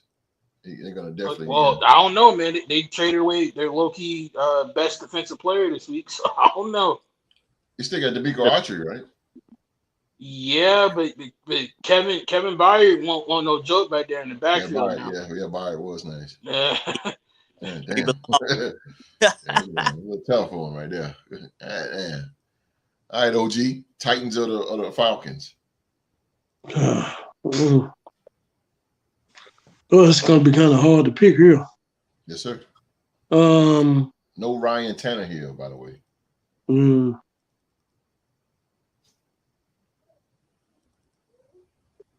going to choose the Atlanta Falcons on this one. The Falcons. Going with the Birds here. The Birds. All right. From one bird to another. Philly G. Well, you already know host what I'm picking. The Falcons, man, been a favorite of mine when it comes to these picks. I think Desmond Ridder goes for 2 on his road record. Okay. I believe. So yeah, he's a game. So I think he gets number 2 under his belt. Atlanta's defense is for real, people, and I think even if they don't have Bijan, they got Algier, who I've been watching since he was at BYU. So give me the Falcons 28-14. 2018? 28-14. Damn. It's a high-scoring game. That's why you're the Maverick, baby. Roll the dice. Paul. And I just want to say I understand Tennessee's history, but I agree with my man J.J. Watt. They should not be allowed to wear them Houston Oilers uniforms, bro. I think them Houston Oilers uniforms should have stayed in Houston, but that's just my prestigious, opinion. A very prestigious team, the Oilers. Holy moly. Whoa. All right, ladies and gentlemen, we have a few more games to go here. Next game, an NFC East showdown here. The Philadelphia Eagles. The Eagles go up to the nation capital to take on Orlando. They take on the Washington Commanders. Make sure I get that right. I've been saying Redskins lately. The Washington Commanders, the Eagles versus the Commanders. Mr. Young Mark is going with the Birds on this one. Yeah, I'm choosing the only NFC East team that actually plays in a city that they represent. Gotcha, Philly G. This was a very good game the last time, but I think the biggest problem in Washington hasn't necessarily been on their defense. It at times hasn't even really been the play calling from Eric Bieniemy. It's that offensive line. Yeah. Yo, Sam Howell, and I've been hearing it all over the sports world lately. He is really trying to take David Carr's record for most sacks in a single season. And bro, that is not good if you're Magic Johnson and crew, because again, ask Indianapolis what it's like to have a franchise quarterback in your hands and lose him because you could not protect him. Yeah. They got to get that addressed. And coming off of the way how physical Philly's defensive line is, man, Sam Howell going to be getting very accustomed to the taste of dirt this weekend. Yeah, I agree. Against a very big Philadelphia defensive line. They are huge. Pause. But they are huge. Pause again. Yeah. Yeah, but yeah. In Washington, if you lose this game, I know you probably going to be looking like, man, where do we go from here? Yeah. Hey, bro, I'll make a deal with you. I'm willing to give you Colton Miller if you want to give me either Chase Young or my man, what's my man, Jonathan Allen. You want to give up one of them two for Colton Miller? We might be able to do something. I'll have Mark always trying to make them deals, boy. Hey, it's a win-win. We need a defensive lineman. They need an offensive lineman. We both win. Will and deal, Mark. All right, dog. What you got? The Eagles or the Commanders? This is another divisional game, and we know how that is. The records don't matter. The last time these two played, I mean, this was an exciting game. I mean, it went down to the wire. That was a good game. So that being said, I think they still had that confidence against the Eagles. I think if they went on the road and played that tough, why not? Why this is a team that you can hang with, that you can be competitive with. I know Philadelphia has a dominant defensive line and a dominant offensive line, but looking at their games, teams, they stay real close with them. They compete with them. They don't really blow teams out. They don't really crush teams. So. That being said, I think this is another tough game that they play against because of the division rival and the way they played last time. But this time, I think the crowd will be hyped behind them. I think they will do a little bit more. They'll be close, but I think there'll be a little bit more to edge out the Philadelphia Eagles. So I'm taking the upset. Give me the Commanders on this one. Damn. Okay. The Commanders for the OG. The OG. All right. Yeah, you got a point though. You got a little point there, Philly G. You definitely not like how you doing last year, smashing. You were smashing last year. You're still winning, but you're not smashing like how I get what he's saying. But as a great Eagle once said, it ain't got to be pretty as long as you get the W. That was said by.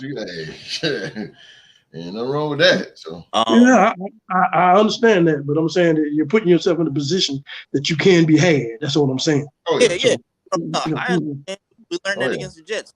Learned it again. So what's the game plan going into Washington this Sunday against the Commanders? Well, for one, OG mentioned the crowd. Too bad that crowd's mostly going to be green. But Jalen Carter's questionable going into this game. With that being said, though, we got Milton Williams and those guys on that defensive line.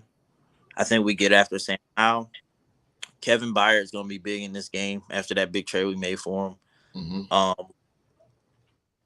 think we win. It won't be close this time. It just won't. We're not going to let them do what they did to us in Philly, despite us winning in overtime. We go for the sweep. And in this game, 34-7 Eagles. I'm very confident in how we're going to roll into. Look at Mark. He blew you away with that one, didn't he, Mark? I mean, I expected them to win, but 34-7? No. It could happen, man. This is the same team that lost to Chicago, so it can't happen. Holy cow! But it doesn't matter because to me it's a team that they played and they also won in Philly. That confidence is there. They in their mind they know that they can beat this team. So I understand. Yeah. Because I would be that way if I was that close to beating this team and I'm playing. I'm gonna say to myself, we can beat them. We almost had them. So that's coming in that you can have that confidence, you know. And you're playing, and there's a division rival on top of that. So, Yeah. you know, it's Right. it's not gonna be no pushover. That 34-7. Nah, I don't see that happen. Good call. Yeah, that part threw me off, Q-Dog. I ain't gonna lie to you. I think But Q-Dog, my question to you though, the last time these two teams played, Sam Howell was sacked 5 times. He's on pace. He's averaging about 5 sacks a game. Well, I don't care nothing about that. I don't care nothing about sex. It's just the fact that no matter how many times you get knocked down, you keep getting up. So they keep getting up and keep getting up and keep competing and keeping the score close. Now, I know it looks bad in that category. It really does. But, you know, it ain't like they're getting crushed. They got crushed. You know, he got sacked a lot of times, but they still was in there. bad calls. We got. I don't look at that. I don't look at if you're sacking them and they're not producing, then I understand that. But if they're still producing and they're still scoring and getting sacked, then it's kind of irrelevant to me. Different vibe. You say that, but has Washington played in a competitive game since then? I mean, they beat it. Okay, but here we go again, Mark. We're not talking about other. We're talking about a divisional rivalry. We're talking about a team that you do not like, and we're talking about a team that you almost won, even though you got dropped 5 times. You stayed competitive because this is the Eagles you're playing, your divisional rival. So, you know, I understand that, you know, you look at other games, you're supposed to look at other games, but that's just the way it is. They do not like them, and they don't like each other. It shows in the first game. I think what he's saying is Washington, this is like Washington Super Bowl. And the Eagles is the best team in the NFC. So now you're trying to knock off the best team in the NFC. You're going to give it your all. You're trying to do that, but the fact that you was that close, you was that close last time. Yeah. And that means something. That means something that you can compete with this team, no matter how many you get dropped 10 times. But you know that you still can be competitive with this team. Yeah, but that operates in the mindset. I will say, OG, last time they played us, our secondary is fully healthy, and we just added to it. Well, it doesn't matter, you know, if you're fully healthy and everybody. I'm just saying to the fact that they know that if I know I'm a player and I compete, because, you know, I play a lot of basketball, you know, that was my thing. And if I play against a team and I know that I was that close to beating them, you know, even though we had turnovers or whatever, this and that, and good defense, but we was that close. So that lets me know that they can be had in my mind if we just do the right things. So, you know, I can take that with me next time I play this team, and that gives me confidence to play them a certain way that I can be close with them. This game is going to be very momentum-ish. It's going to determine who's going to have the momentum going into this game. It's all about momentum. Yeah. Don't tell them how many fights they're going to bring in. Oh, that's true. But Washington cannot let Philly get momentum, because if Philly get momentum, they're going to run away with it.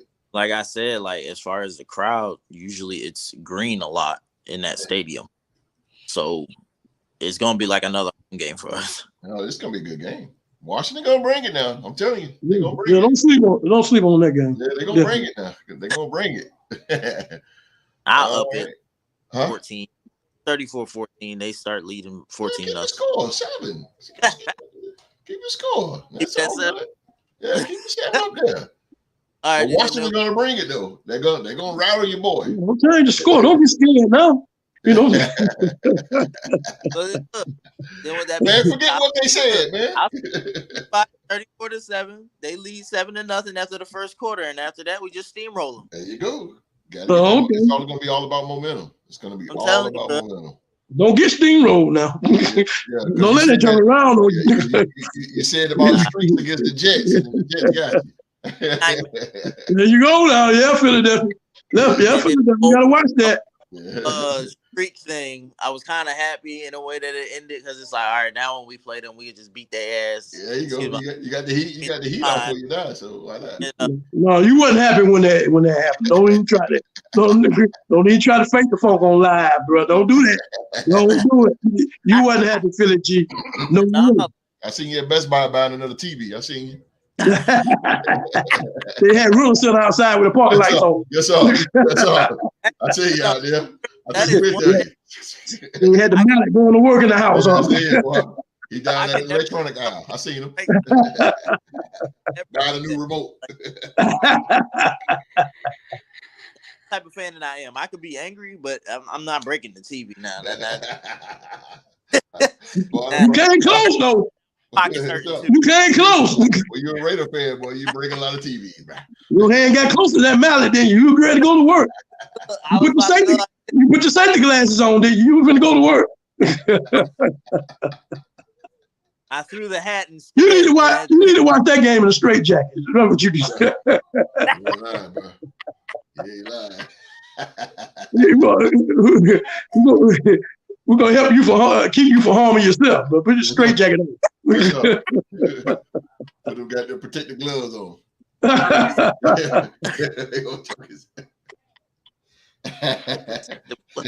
come back here. Come back here no more. That's right. I'm gonna put it down like 7.7, baby. Down. So, yeah. Way up here, big boy.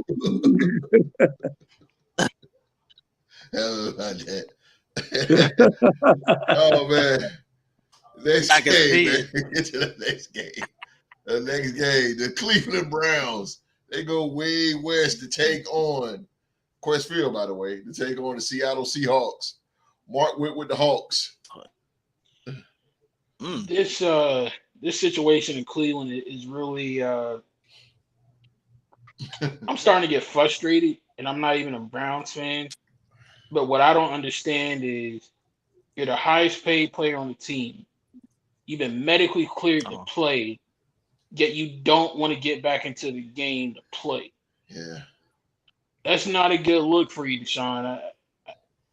I ain't trying to be in a man's business, be in his pockets, how he feels physically and whatnot, but that's not a good look, man. Right. And all the respect in the world to PJ Walker, that's my guy. XFL alumni. I always tell y'all put respect on the spring leagues, but right. Man, if I'm in Cleveland, bro, I'm low key starting to get a little mad, especially on that defensive side, because they have a really good defense that's trying their best to carry them, but they've either gotten subpar play from Deshaun Watson or Deshaun Watson hasn't been available to play. Yeah. So because he's out again, and all that, I'm gonna roll with the Seahawks to control the line of scrimmage and to get this win. Yeah, definitely control the line of scrimmage. Definitely. You said it right there. You said it. Control the line of scrimmage. I agree with you. The dog. Well, we can all agree that Cleveland does they got a monster defense. We know that. It's just like a brick wall. You know what I'm saying? It's hard to move them. Mm-hmm. That being said, I really feel that the offense is not. It's something is going on. It's not complementing the defense. The defense is really keeping them in games and winning games. That being said, the Hawks, better offense, and I really think that it's gonna be rough for them. They will move the ball time to time here, but they're gonna have a rough time against that defense. But in the end, I think the Seahawks will pull this one out. Mm-hmm. Mm-hmm. Yeah. So excuse me, that offense is a little shaky for everybody here. Billy G. I'm gonna be the lone one out. I'm gonna pick the Browns in this game, man. Whoa, okay. PJ. Going PJ. And the running game for the Browns is working. The passing game is in question, but definitely the running game is good, even without Nick Chubb. So, with that being said, I got the Browns going to Quest Field and beating the Hawks. Wow. It's gonna be a good game too. I'm definitely gonna be into that one too. That's why a lot of good games this week. Philly G, I agree with you. If it weren't for the fact that PJ has had some very terrible interceptions he's thrown, yes, Lord, and some questionable decisions, I would fully agree with you. But I just want to note to all the Browns fans out there listening to the show: do you miss Baker Mayfield yet? Do you like seriously? They should, Do you though. miss him To yet? be honest with you, they should. They should, man. God, Game, They sir. should. They should. Because I believe, honestly, if Baker was there, they would not be in disarray for the offense right now. They wouldn't. it's just crazy to me. They've been searching for a franchise quarterback since Kozar and them. They finally have one, and they let him go. They went through like I what, 30, digress. 34 quarterbacks in like 5 years. That's insane. That is insane, man. So many quarterbacks. It's pretty bad. Jesus Christ. If you go back further, back to like 99, I think. Yeah. Tim Couch, Tim Couch. Oh, he was horrible. Mike Leach product. God, man, Tim Couch was it was horrible. Jesus. All right, Mike Leach Yeah. Jeez. gave us Gardner Minshew. He did. Tim Couch, good Lord. All right, man. Next game we have the Baltimore Ravens. This is a bird fight. The Baltimore Ravens versus the Arizona Cardinals. Oh. And Mr. Young Mark chose the Baltimore Ravens. Had to. After what they did in Detroit last week, the offense finally like came out of the oven and was fully cooked. It was perfectly cooked last week. And receivers were catching the passes. The play calling was on point. Lamar had all the time in the world in the pocket. He was scanning, analyzing the defense. It was just an all-around phenomenal game for them. And I hope that they can keep that momentum going and carry it on. Arizona's going to give them a fight. Arizona has not laid down for anybody this season, but that's very true. I just think if Baltimore's offense can keep the momentum going, that there'll be too much for them. It's very true that they have not laid down with Josh Dobbs. They have not laid down whatsoever. Q-Dog, we got two birds here. We got the Ravens and the Cardinals. This is going to be very interesting because, like last week, Ravens did look like a well-oiled machine and came and just put their foot on Detroit Lions' neck and did not let them up.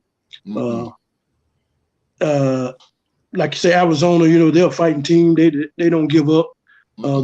They fight back, but I just think, this could be an upset in the brewing. It could be the fact it's in Arizona, but I just don't think they have enough to counteract with the Ravens. So give me the Ravens in this one. Baltimore it is for the OG. All right, Philly G. They took down Dallas. Yeah, they did. They did. And they're in the same stadium that they took down. Give me Arizona. Arizona. What the upset here. He's the Maverick. I gotta do it. I gotta do it. I just feel He's it, the Maverick. Oh, cognac kid there, boy. I'm telling you. Hey, believe it or not, man, that's why I call him the Maverick. Believe it or not, Philly, it sounds like he's way off, but boy, when you come through at the end of the week, he be hitting. It's gonna be a tight game. He'll pull you from the dirt now. I tell you what. He be hitting. It's gonna be tight, host. What'd you say, Mark? I can't hear you. So what happened 2 weeks ago? This man, I thought this man was gonna lead me to the promised land. He led me to the Sahara Desert. He lead you to the Sahara Desert. But that's also why you don't follow my trail, Mark. That's why you gotta go with your gut sometimes. Then other times you listen to the Maverick. But anyway, with that being said, I got them winning 24-17. I love Lamar. I do. It's just one pick in this game that he's gonna regret. That changes the direction of it. So Cardinals, you know what to do. 7 points. Josh Dobbs better bring it, because boy, Here's a question I got for you guys about this game. Real quick, you think Hollywood Brown goes off against his former team? Yeah. Yeah, more likely. He gonna get up for it. Personal vendetta. He a free agent after this season, so the way that offense look right now, I wonder if he'd be enticed to go back home. That'll be big. It'll be like Hollywood and Zay. Take my money. Hollywood and Zay. Wow, that's gonna be huge. That would be huge. That would be huge. Lamar got to love that. And put Odell in the slot if he's gonna still play. That's what I do. Yeah. Next game here we have an AFC West division game. Yeah. Kansas City. The Kansas City Chiefs takes on the Denver Broncos in this. Mark is going with the Queefs. I'm just a man who enjoys some really good barbecue. I love me some brisket. You can never go wrong with some ribs. Man, stop. They really do ribs really, really good out there in that part of Missouri and Kansas. So, some ribs right now, bro. Hey, you already know where I'm going after the show. I feel you, bro. I feel you. So, with that being said, man, I just Denver gonna have to go ahead and get this rebuild started, man. I just it's without question it's got to happen at this point. Yes, they might play the team with a good barbecue tough like they did last year, but I think they're just missing too many pieces, and I think this is basically gonna be like a show and tell, if you will, for the rest of the league. Like, hey, you see Jerry Jeudy, you see Patrick Surtain, come on and get them. So yeah, I agree with you. Yeah, definitely with Jeudy. So you got your Undertaker's tag going on here in the dark side. There you go. You brought up the team to beat his team in the Super Bowl, so you know. Whoa. Controversy. Thank you. Controversy on that one. Yeah. We're not gonna talk Ref about on the payroll. Ref on the payroll. Oh no, Philly G told Oklahoma State was on the payroll too.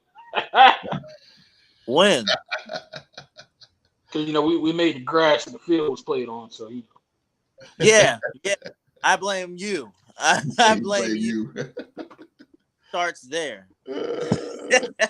Never been near the field. They could have Arizona Cardinals logo and stuff on there for all that. That was crazy. Arizona? They messed up that field. There was no holding. The ball was overthrown. It's a bunch of crap that happened in that last play, bro. The travesty of it. They should be sued. Word is just a travesty. Yeah. The Chiefs are the Broncos, Q. Man, I tell you what, the Chiefs, in this division here, they played, this back-to-back divisional games that the Chiefs are playing, and they going last week with the Chargers. They hung in with them, but they just didn't do enough to, they pulled away from them. And then, the only thing I can see in this division, the only one I can see is, the upcoming team is the Raiders that can challenge them in this division. And because, they don't like each other purely, and so that's what I'm looking for in this division, to challenge them. But looking at the Denver Broncos, they're on the same page as Carolina. They're sick to watch. They really are, man. It's just terrible in the organization. Yeah, bring on the stick of dynamite. Let's blow this team up. Yeah, I agree with you, dog. It's just terrible. And then we see Sean Payton, and we think of his legacy and like, man, dude. What in the world? This is not you. You don't run teams like this. But there's something going on. And so that being said, Kansas City gonna come in with the referees, that's on their side, and and they're gonna win this one. I don't know if it's gonna be a blowout or whatever. I think that the Denver Broncos gonna try. They'll stick their chests out. They're gonna, because they don't like them divisional rival. But I think in the end, they're gonna pull away from them. So give me Kansas City. Kansas City. You're right, man. Sean Payton, man. Boy, legacy looks good. Yeah, it's starting to tarnish. Sean Payton has an excuse, in my opinion. He does. He does. For the simple fact of, I got to go back to the host in his ever true statement. You have to have dogs to be able to compete in the NFL. They There don't you have go. any dogs on either side of the football. I know. I got to The free last, myself. Woo-hoo. the last couple of dogs that they've had, they traded away because they didn't want to pay him. So, I mean, Oh. 747, baby. Go ahead. all you gotta do is just listen to the host and get you some dogs. You'll be competitive, but What? Huh? So they what? just gotta listen. They just gotta listen to the host and get them some dogs, and then they'll be competitive. The host is right. Check his temperature, dog. Check his temperature. Probably something wrong with him. Something wrong with him. This ain't something wrong. I fully agree with the host. They need I believe. dogs. I believe he passing out early trick or treat candy. That's what it is. I think what it is. I think that's what's going on with him. It's something in that barbecue sauce, bro. Yeah, Watching that show, 99.9999% of the time, Mark disagrees with the host. Yeah. yes, sir. 0.001. He said the Vikings. He chose the Vikings. He chose the Steelers. Oh, Lord. Where's your cup? What is in your cup? You haven't. Hey, What he's is not it? right. He's not right, and he's not real. He's wearing Oklahoma State gear today and everything. Who are Hey, What bro, it's in the world? homecoming, man. Jesus. You know what I'm saying? Wow. America's greatest homecoming. That. Oh. Oh. Yeah, that's just a tagline. Luckily That's we just a ain't got no local tagline. viewers. Holy moly. Take it easy. That's just a tagline, bro. Oh, okay. Don't shoot the messenger. That's just my university's tagline. I ain't come up with it. Lucky we ain't got what am I about to say? Host, trust me. I've been baptized in the Okay. good name of G-Ho multiple times. Okay. God for the same. Yeah. That's why they call it. That's why they claim Earth. We just claim it American.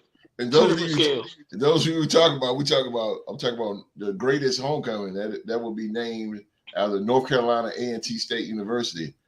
Heck, right right? here in Greensboro, North Carolina. 336, baby. Yes, sir. All right. Oh, Philly G, Broncos or the Chiefs? I mean, I was hoping that you didn't ask me, but oh no. much like OG said, I wouldn't even take a stick of dynamite because that's a little too weak. Take the whole Acme box and just. He said Acme. He went to the Roll cartoon. on. Went to the cartoon on the boy. Roll on. You ain't lying, bro. But man, with that being said, Chiefs win this game, man. It's not that hard. I mean, it was a divisional game, but we're gonna say the Chiefs to be safe. Will the Broncos score? Of course, probably once, but yeah, they'll score. You don't want to be the Maverick on this game, Philly G? Hell, I don't want to. Chris Jones should eat. Chris Jones should eat right here. He should really go off. Because I don't know. Miami destroyed them. I think they took their souls that day. Yeah. I think the Chiefs do it again, and this is where they be like, all right, well, let's start trading people or something to get them out of here. They can have a chance. Give us Surtain. Give us PS2. No, that's right. Round picks and Bradbury. I'll take Surtain. we need a corner guy. I'll take him. I'll take him. If they want a defensive lineman, we got Derek Barnett up. We just put him up. So, just saying. I'll take a corner if you got it. You can have Epps back. He ain't worth nothing. Oh, no, he's in the Eagles jersey. Trash, bro. Dude, trash. He done jack. Yeah, he's like a Nick Foles, bro. Yeah, he's bro. Epps is just, oh boy. Happy to take him back. I mean, The host, we'll take Epps over Marcus Peters at this point. Yeah, Marcus Peters ain't jack either. Oh, wow. Yeah, he ain't nothing, bro. Been that I bad, never trashed another man named Marcus, but when you are in the first quarter against the Bears, you got a dude in the lane, one-on-one tackle, you make a business decision on a wide receiver, You ain't got no business putting on silver and black, if you bro. ask me. Can't, bro. Can't. No, you. The, I the know second, that. the Raiders secondary is just garbage. The secondary is terrible. That single play made me forever dislike him. Yeah. Patrick I think Graham we got him. You know, when y'all played the Barrels last week, it was kind of like, I was like, Damn. man, I mean, that's on the same lines of playing Carolina. Yeah. And it's just like, they dogged y'all like that? Like, because of secondary. I will explain in full why we lost that game when we get to the Monday night pick. I got you. I have a full explanation for why we lost that game. I gotta take a break on this one. Then when you do, let me go last. Let me go before last. Go ahead. Q-Dog. What's up, baby? What you got there going on? Smiley face. I can't see that. Too small. Where your tongue at? Wait a minute. Where your tongue at? Then I know you missing it.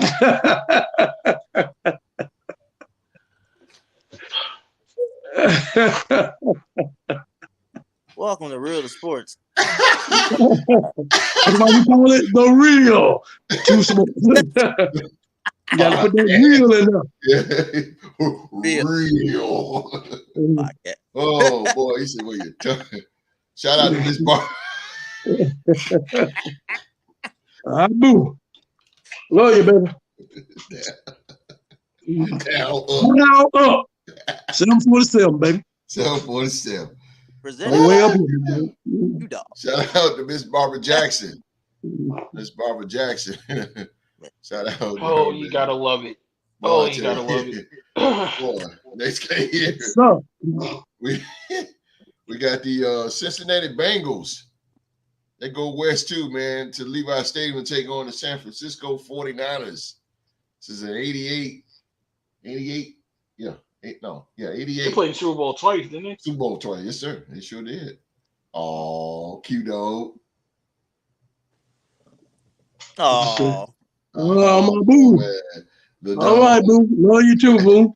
The dog. Still ain't seen your tongue yet. Come on, baby. Put your tongue out so I can get my keys and come on down the road. Help me, Father. Yes, sir. Oh my God. You hear me? If Philly G had the nerve to ask what's in my cup. Down up. Pussy down. 747, baby. Don't come at me like don't come at me. Don't start to me no Way more. up here, big dog. Yes, sir. Collard greens. grown man. Neck bone. Macaroni and cheese. Macaroni and cheese. I push it down like that. Yes, sir. Yes, sir. OG got that Viking. Oh juice boy. in there. Yes, sir. My baby know what time it is. Ladies and gentlemen, if you ever wondered who was writing all them classic songs for Teddy Pendergrass and Barry White back in the day, it was Q-Dog. Yes, sir. Turn them on. Yeah.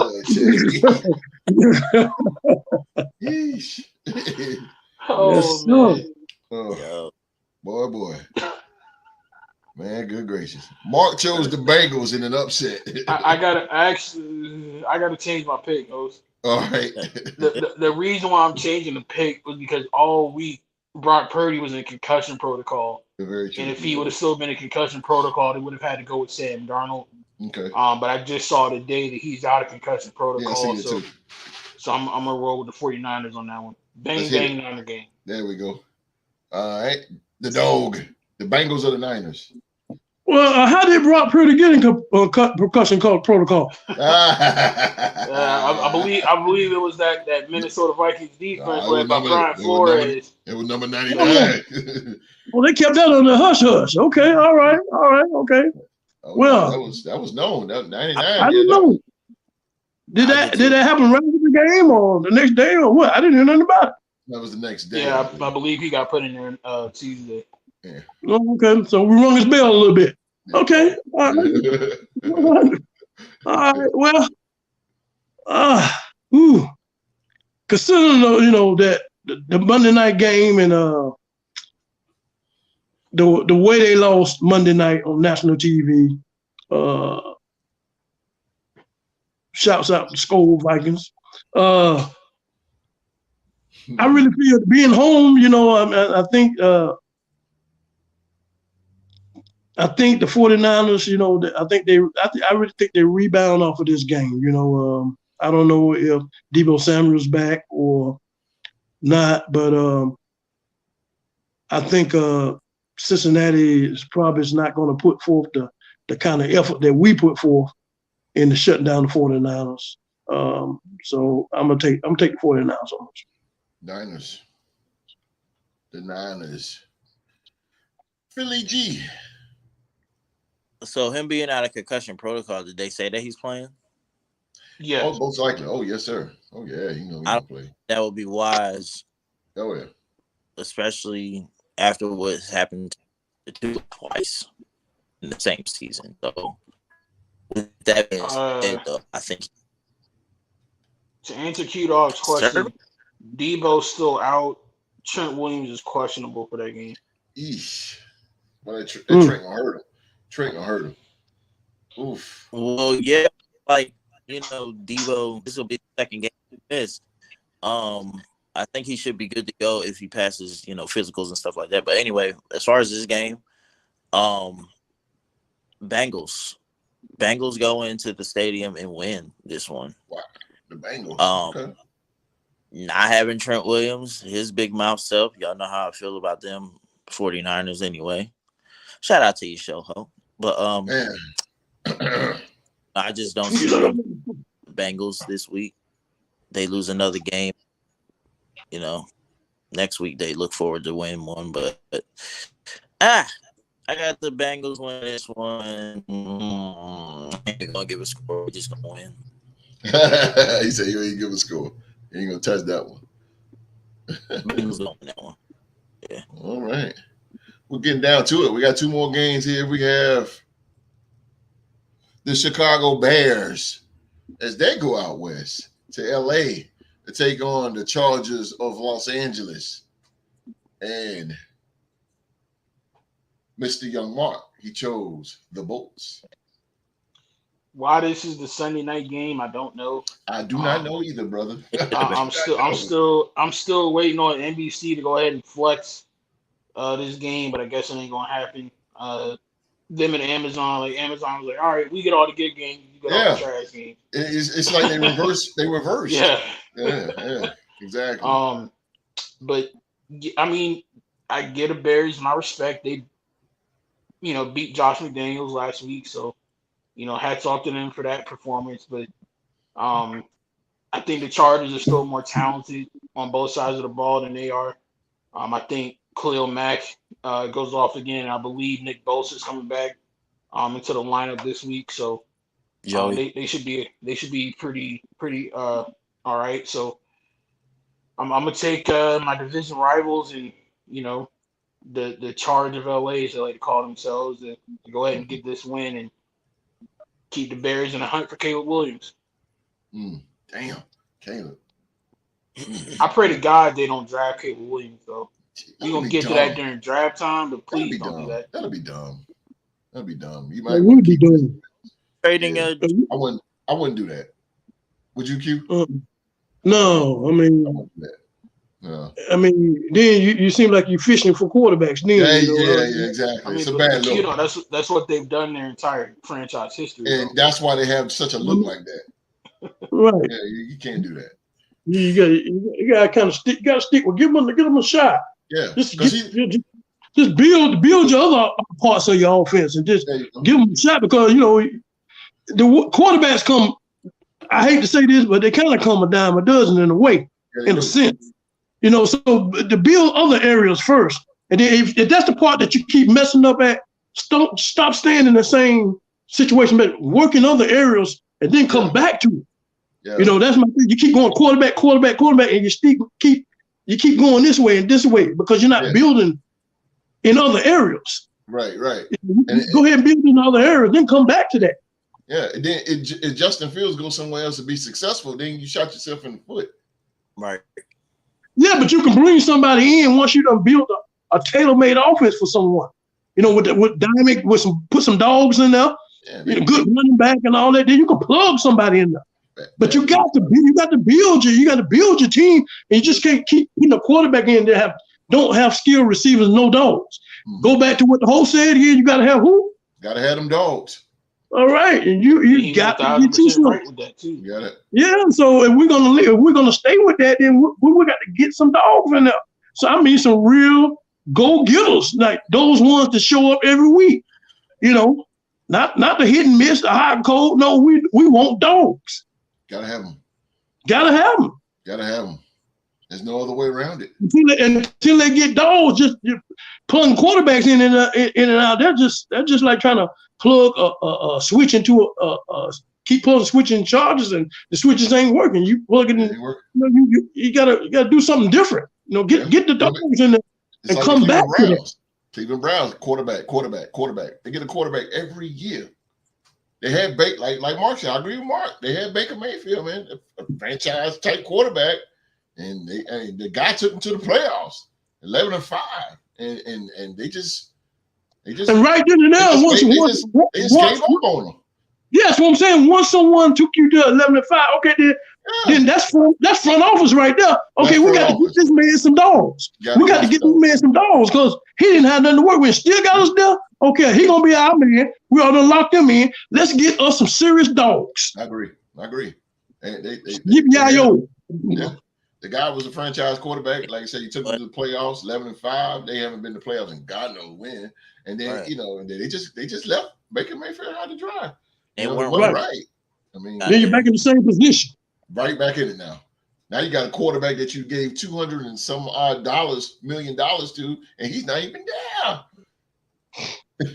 He's not even there. They had Johnny Manziel.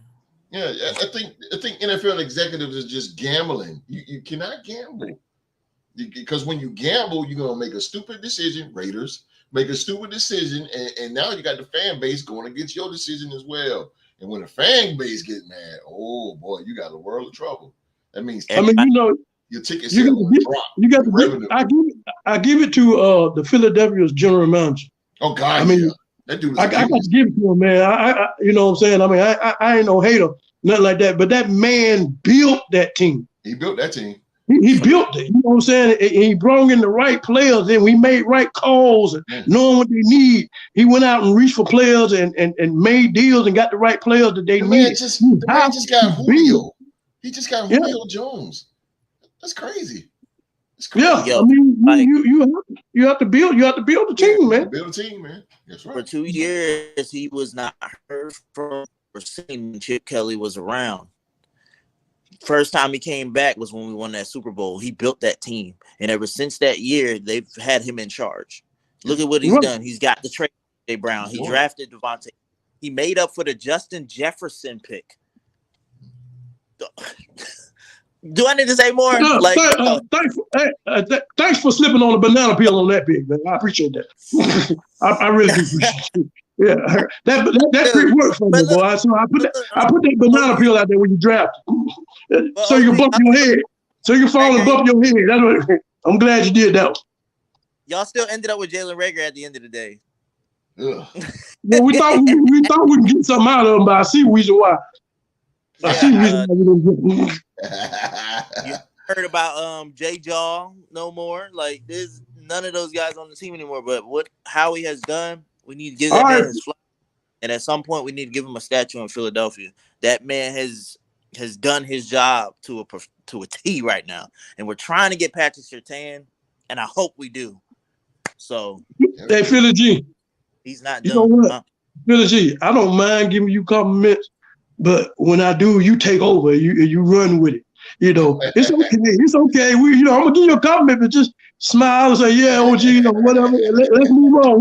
We don't need a speech, okay? But I swear, boy, I was holding in. I didn't want to do it because I knew how you are, but I had to do it because we was talking about specific subject. I had to do it to you. I had to give it to your manager. But you took it and ran with it, boy. I tell you, boy. Say something about the Eagles, boy. OG, I appreciate it. Thank you. Yeah. Do the same sometime, right? All right. It's about time somebody else said it outside of me. But yeah. All right, dog. Well, give me the Bears or the Chargers, Q. All right. This is going. Oh man, I tell you, I just don't understand how. What they playing at in Chicago? No, no way. LA. Okay. I just don't understand how they can win against the Raiders and being the way they was, but not saying that the Raiders are better than the. I mean, saying the Chargers are better than the Raiders. Them going out to I don't think they have it been a road team. The only time they impressed me was that Thursday night when the passing of Dick Buckets. I mean they played on all cylinders, and ever since that game right there, they just went back into dormant. I mean, it's like they surprised us. Like we was like, like DJ Moore was just out there cooking them. You know what I'm saying? I mean, he was a straight G carving on them. And I was like, is this the Bears? I mean, what? We ain't had seen this all year long. And then after that, then they went back into, and I can understand they got hype behind the pass. The great Dick Buckets, one of the great linebackers we ever seen of our time. And ever since then, they went back into these old Chicago Bears, and we know this team is disarray. I can't see them winning out there in the Chargers. So give me LA Chargers. Charge it is for the living legend, the Diggity Dog. Like you say, living legend. I appreciate that, host. Oh, no doubt. No doubt. Let them know, host. Appreciate that. Now up. What's up? What's up, baby? 742. There we go.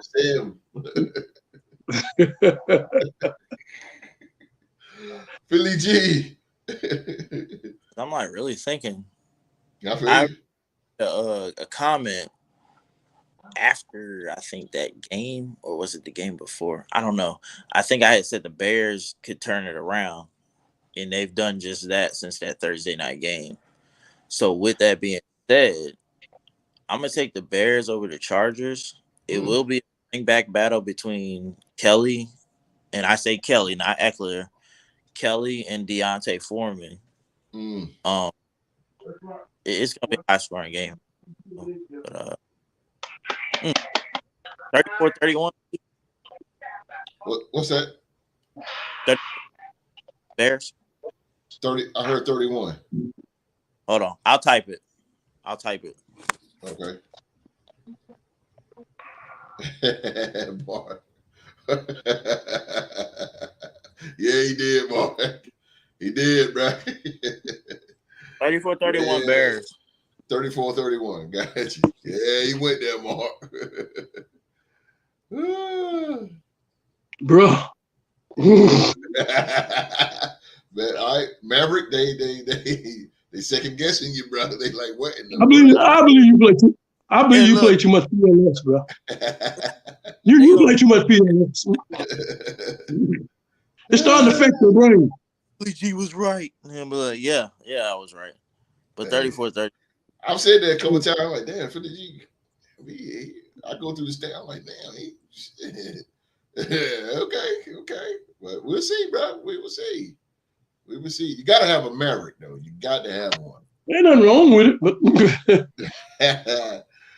there's nothing wrong with it. Last game. I've seen. Yeah. Hey, that's all. Stay with your. That's a Sunday night game, man. Yes, sir. Mm-hmm. I don't think I'm gonna watch that one. Yeah, I ain't watching it either. No, that's more of a Thursday night game, you ask me. Yeah, I watch the NBA or something. Yeah, it's just gonna be hard. TNT. That's gonna be back and forth. God damn. Well, last game here of week 8 predictions, man. We have on the Monday night game, we have the Las Vegas Raiders as they travel up to the Detroit to take on the Detroit Lions. The Detroit Lions here. Mark has chose the Detroit Lions here. I thought you were gonna let him pick sorry. Let him pick Lions. Go ahead. Well, let's go ahead, Q. Well, Mark, I mean, I got you, Mark. I'm sorry. Since he was a Raider fan, I thought maybe he picked. No, No, you're fine. go ahead. No, brother, Go ahead. you're fine. It's on you, Q. It's on me. Yes, sir. Okay. Man, this is the first Monday night game they played in about 20 years. We're talking about Detroit Lions, and that lets you know how much adornment they have been being on the spotlight, being on Monday night. Yeah. Last week they got slapped around pretty bad. I mean, ridiculous. They got slapped around. Yeah, that was a statement game, really. 38-6. Yeah, they were letting the boys know who, you know what I'm saying, you facing a big dog. So don't come in here with this. They got a lot of work. They got to get their face back. The identity of them being representing the North, possibly going to the playoffs, make teams looking at them sideways now since that loss. Yeah. All those who said Detroit Lions, this and that, you need to be looking at the point that can they beat a big dog? Mm-hmm. They didn't even compete with a big dog. Mm-hmm. So that being said, that the Raiders coming in the house, it's going to be rough for them because Detroit has to get their face back. So they're going to have to get back to a dominant team like they were. They got to let America know that this wasn't the Raiders that was played last week. We're the same team that y'all chose at the beginning of the season. And so it's going to be really rough for the Raiders. If they don't come out and match their energy, it's going to be tough. We know Detroit going to score points. Can the Raiders match their energy? Can they get that ball up and down that field? Mm-hmm. Past 6 games, looking at the history, facing against teams that throw the ball up and down the field, don't look too good for them. I mean, with this team, they got slapped around. I mean, when I talk about slapped around, I mean like front and back hand. So it looks to me like they're going to want to revenge themselves. They're going to take it out on the Raiders. It's going to be in Detroit, first Monday night game in 20 years. They have to imperatively win that game for their franchise to move forward, to be a dominant team. And they lose this, then it's all going downhill. This is like their Super Bowl. So all that being said in that package, it's going to be rough for the Raiders, so I'm going to take the Detroit Lions. Yeah. Detroit Lions it is. Detroit Lions it is. Philly G. I'm going to keep this one short and simple, host. Just win, baby. Come on, Raiders. Boy, I hope so. I hope you're right, brother. Ooh, Lordy. If we do, man, hey. I think that y'all will. I hope so. I hope you're right. But I think y'all can have him, and Max is the key. Yeah. Probably the only defensive I know of outside of the ones that y'all spoke of, and Marcus Epps. But yeah, it's gonna be the key to this. He gets going, everybody else gets going. Might be some picks thrown by Goff. You never know. But I hope so. Not Mark picking the other team. He did this last year. It's all about being the king of the mountain to him. So, but the Raiders are winning. Mark trying to get his belt. Happy, I hope you're right, Philly G. I hope you. So. I really hope so, bro. I really hope so. Holy smoke, I hope so. That'll be big for us. It ain't got to be pretty. No, it ain't got to be pretty, boy. That'll be huge if we can beat the Lions. But Mark, you jumped on the other side here. You're going with the Detroit Lions here. Multitude of different reasons, host. Okay. Since this millennium has started, we've only beaten the Lions 1 out of the last 4 times we played them. It's not a good record. And then 2, just like Q-Dog said, last week Detroit got embarrassed on the national stage. And knowing Dan Campbell and them boys, that's not going to sit right with them. They're going to come out with a huge fire in their belly, ready to go. And again, like I've said most of this year, I just have no faith in Josh McDaniels. I watched the game last week against the Bears, and we talk on the show a lot about how you have to have dogs to win a game, and Host is 1,000% right with that. But you also have to have a dog at head coach. The coach has to be able to motivate the team and get them fired up, ready to play. And Josh McDaniels absolutely sucks at doing that. Not one game this year have I seen the Raiders get fired up and come out there ready to play with some passion. Max Crosby has done his part on defense, but for the most part this season, it's like we've been sleepwalking every game we played in. And I'm just after last week, I've just reached a point where I've had enough, Emotions. and I can't do it no more. Come on, put on this Vikings jersey there. Come on. I can't do that either, Q dog. I mean, we're still gonna beat y'all in a couple of weeks, but All right, now, hold your horse. Don't put the cart for the horse, baby. Watch it now. I mean, just realistically, who do we have on defense in the secondary that can cover Sam Laporta, Amon-Ra St. Brown? Who can stop David Montgomery, who's coming back this week, or Jahmyr Gibbs, Secondary is terrible. And just looking at our offensive line, like, are we going to be able to stop Aiden Hutchinson? Are we going to be able to protect Jim Garoppolo, who's coming back off of an injury? It's a dog right there, AJ Hutchinson. Josh Jacobs hasn't really done too much this season. And again, man, it's just that loss last week, host, to get off of it, it reminded me a lot, and for all the wrong reasons, of that loss we had a couple years ago to Atlanta. When we went down to Atlanta and just did not show up. And beat the brakes off. That's what that game last week against the Bears reminded me of. So it was like 44-3 or something like that. God forbid we win this game. That's where I'm at with it. If we somehow win this game, I feel like that's gonna earn Josh McDaniels another year, and that's not what I want. So for the sake of my sanity as a Raider fan, I hope we lose. I hope we get the brakes beaten off of us, and I hope we leave Josh McDumbass in Detroit. Leave him there. Leave his ass there. He should have been left in Chicago, to tell you the truth. Yeah. There's no excuse at all for how bad and how unmotivated this team is. We were just in the daggone playoffs 2 years ago. And you see what this man has done to us. Oh, Lord. I need to I know, bro. I know. Should have kept Gruden. That's Chicago game. I think that Chicago game really it done something to your gut right there. There was no fire anywhere on that field, no passion. Like, guys, you can't even say they were just happy to be there. Nobody showed the hell up.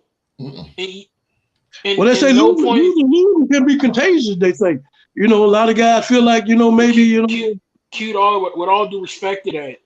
To hell with that, because I've seen this team. I kid you not, I've seen this team get all the way to week 14, be winless, have nothing to play for it, nothing going right for them, but it came out on a Thursday night and beat the team with a good barbecue. I've seen this team be down in the dumps and still beat the Steelers, for God's sake. But who's your captain, though? Who's your captain? We ain't got one. They got rid of him.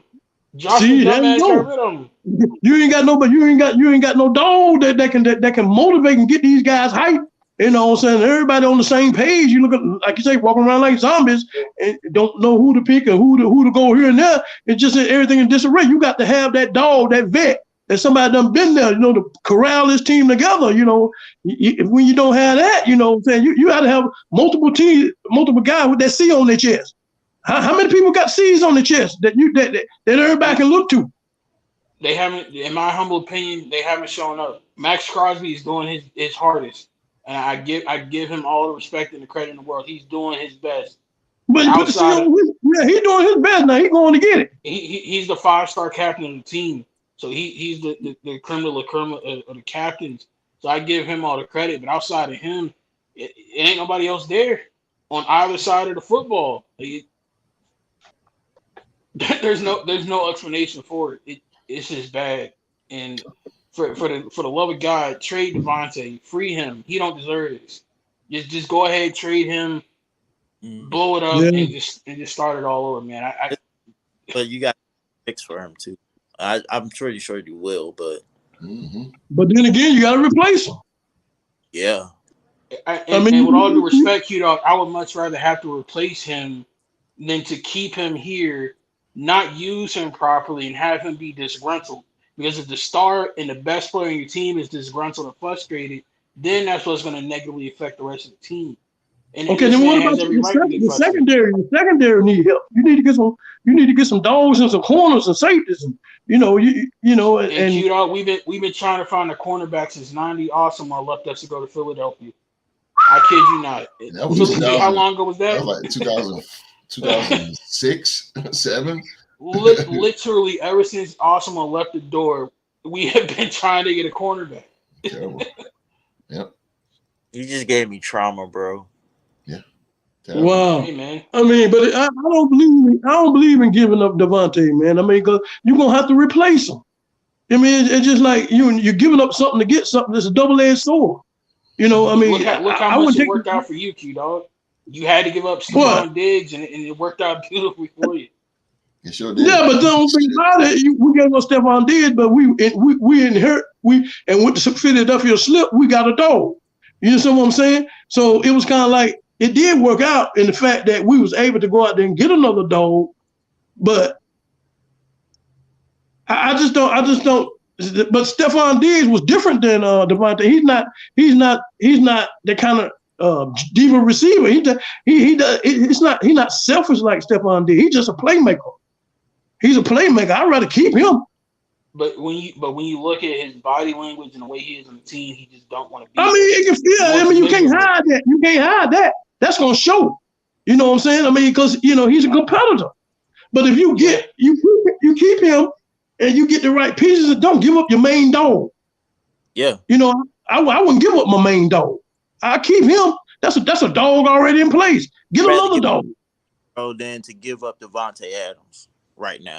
Yeah, you just shoot yourself in the foot, and that you got to replace. How do you replace a Devontae Adams? That's hard to do. Got to draft. My only hope is whoever's in that top 3 in the draft. Hopefully, one of those teams needs a receiver. We make a deal with them. They give us their first round pick. We give them Devontae, and we draft Marvin Harrison Jr. That's best case scenario. Get Marvin Harrison Jr. That's my best case scenario right now.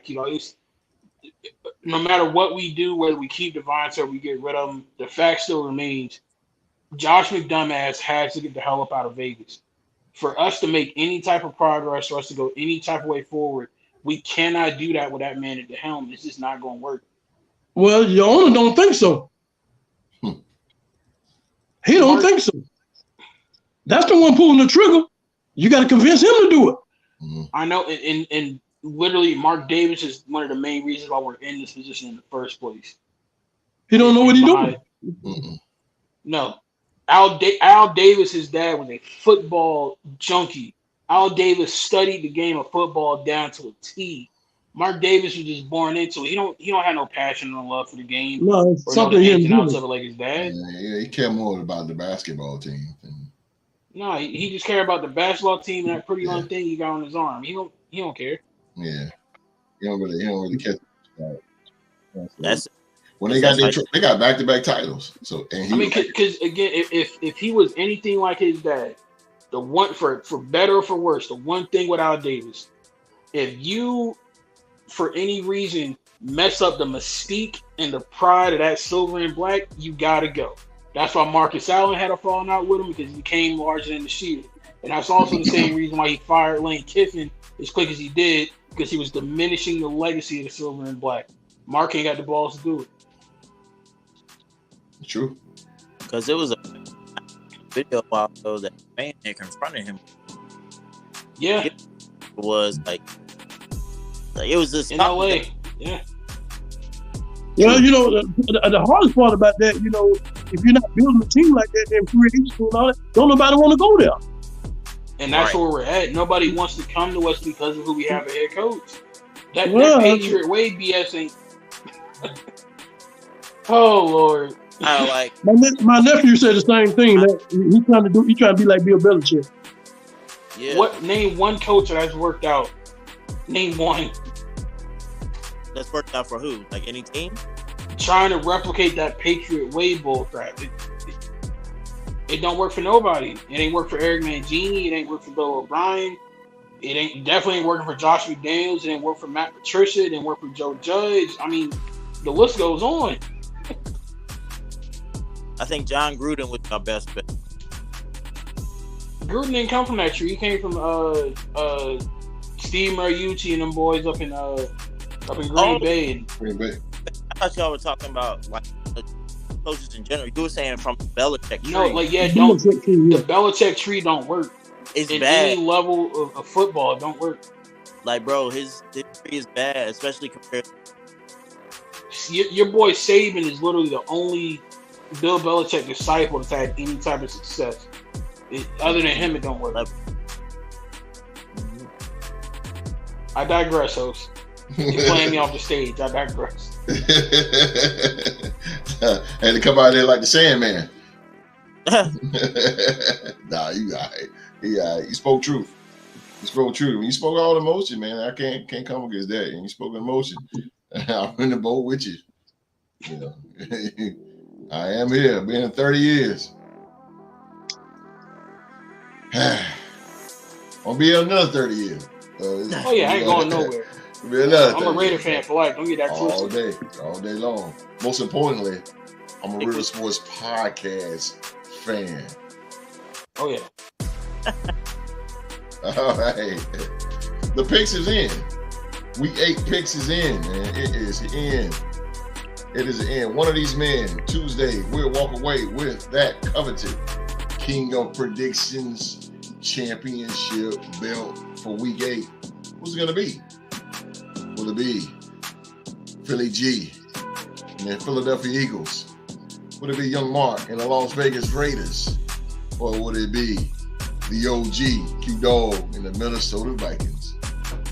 Find out right here on the Real Sports Podcast, Tuesday. Sports to talk about, 7 p.m. That's our show for today, man. That's our show for today, man. As always, man, we want to thank you guys for watching another episode of the Real to Sports Podcast. And we appreciate you guys being here. We went a little over, but it's all good. It's all good, man. But you guys are filling the show today, man. Please. How can I just beg you more? Please hit that thumbs up. Hit that thumbs up for Q-Dog, Philly G, and Mark today. Hit that thumbs up for them, man. And hit that subscribe. You first timers, hit that subscribe button. Turn on that bell. Hit that subscribe button first. Then turn on that bell for all notifications. It will let you know every single time we are live. Also, you can follow us on Twitter and join our sports group on Facebook, man. There's a Real to Sports group.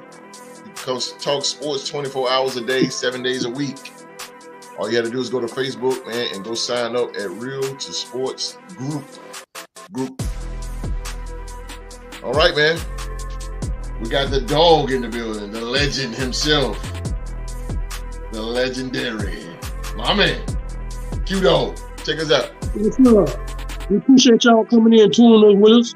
This is halfway through the season. So, Joe, I don't know where you at, bro, but you don't need to do like that now. You don't need to hide. You need to put your face on out there. Come on back out next week. Smile, nice and proud. Thanks for tuning in, America. And go Vikes, baby. Let's go, baby. Go Vikes. Let's go, Vikes. No doubt, man.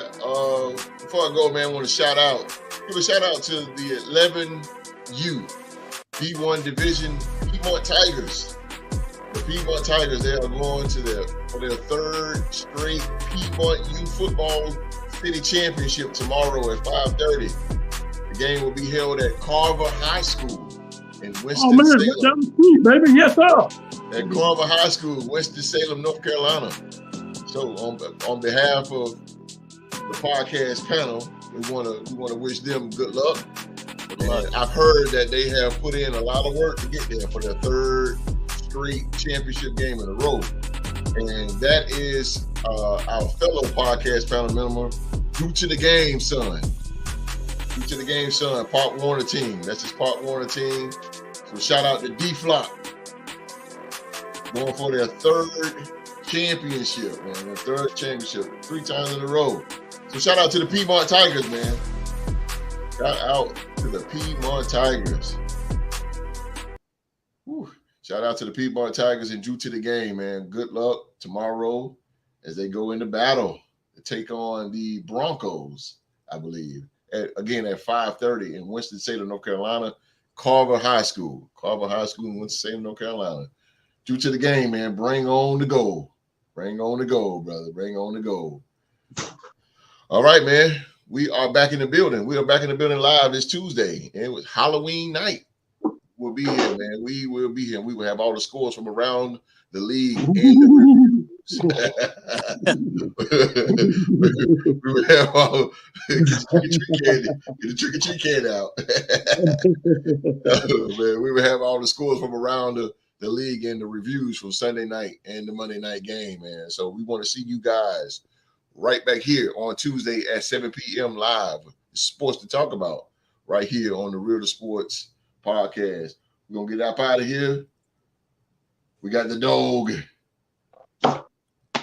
The dog. Philly G. Yes, sir. Go Birds! Let's go. And Mr. Young Mark. Hey, go Pokes, baby. Happy homecoming. Let's go, baby. Let's go. All right, man. Everybody, you know what I'm saying? Believe in your team. Believe in your team. And most importantly, believe in yourself. Everyone around the world, be safe and stay safe. We out.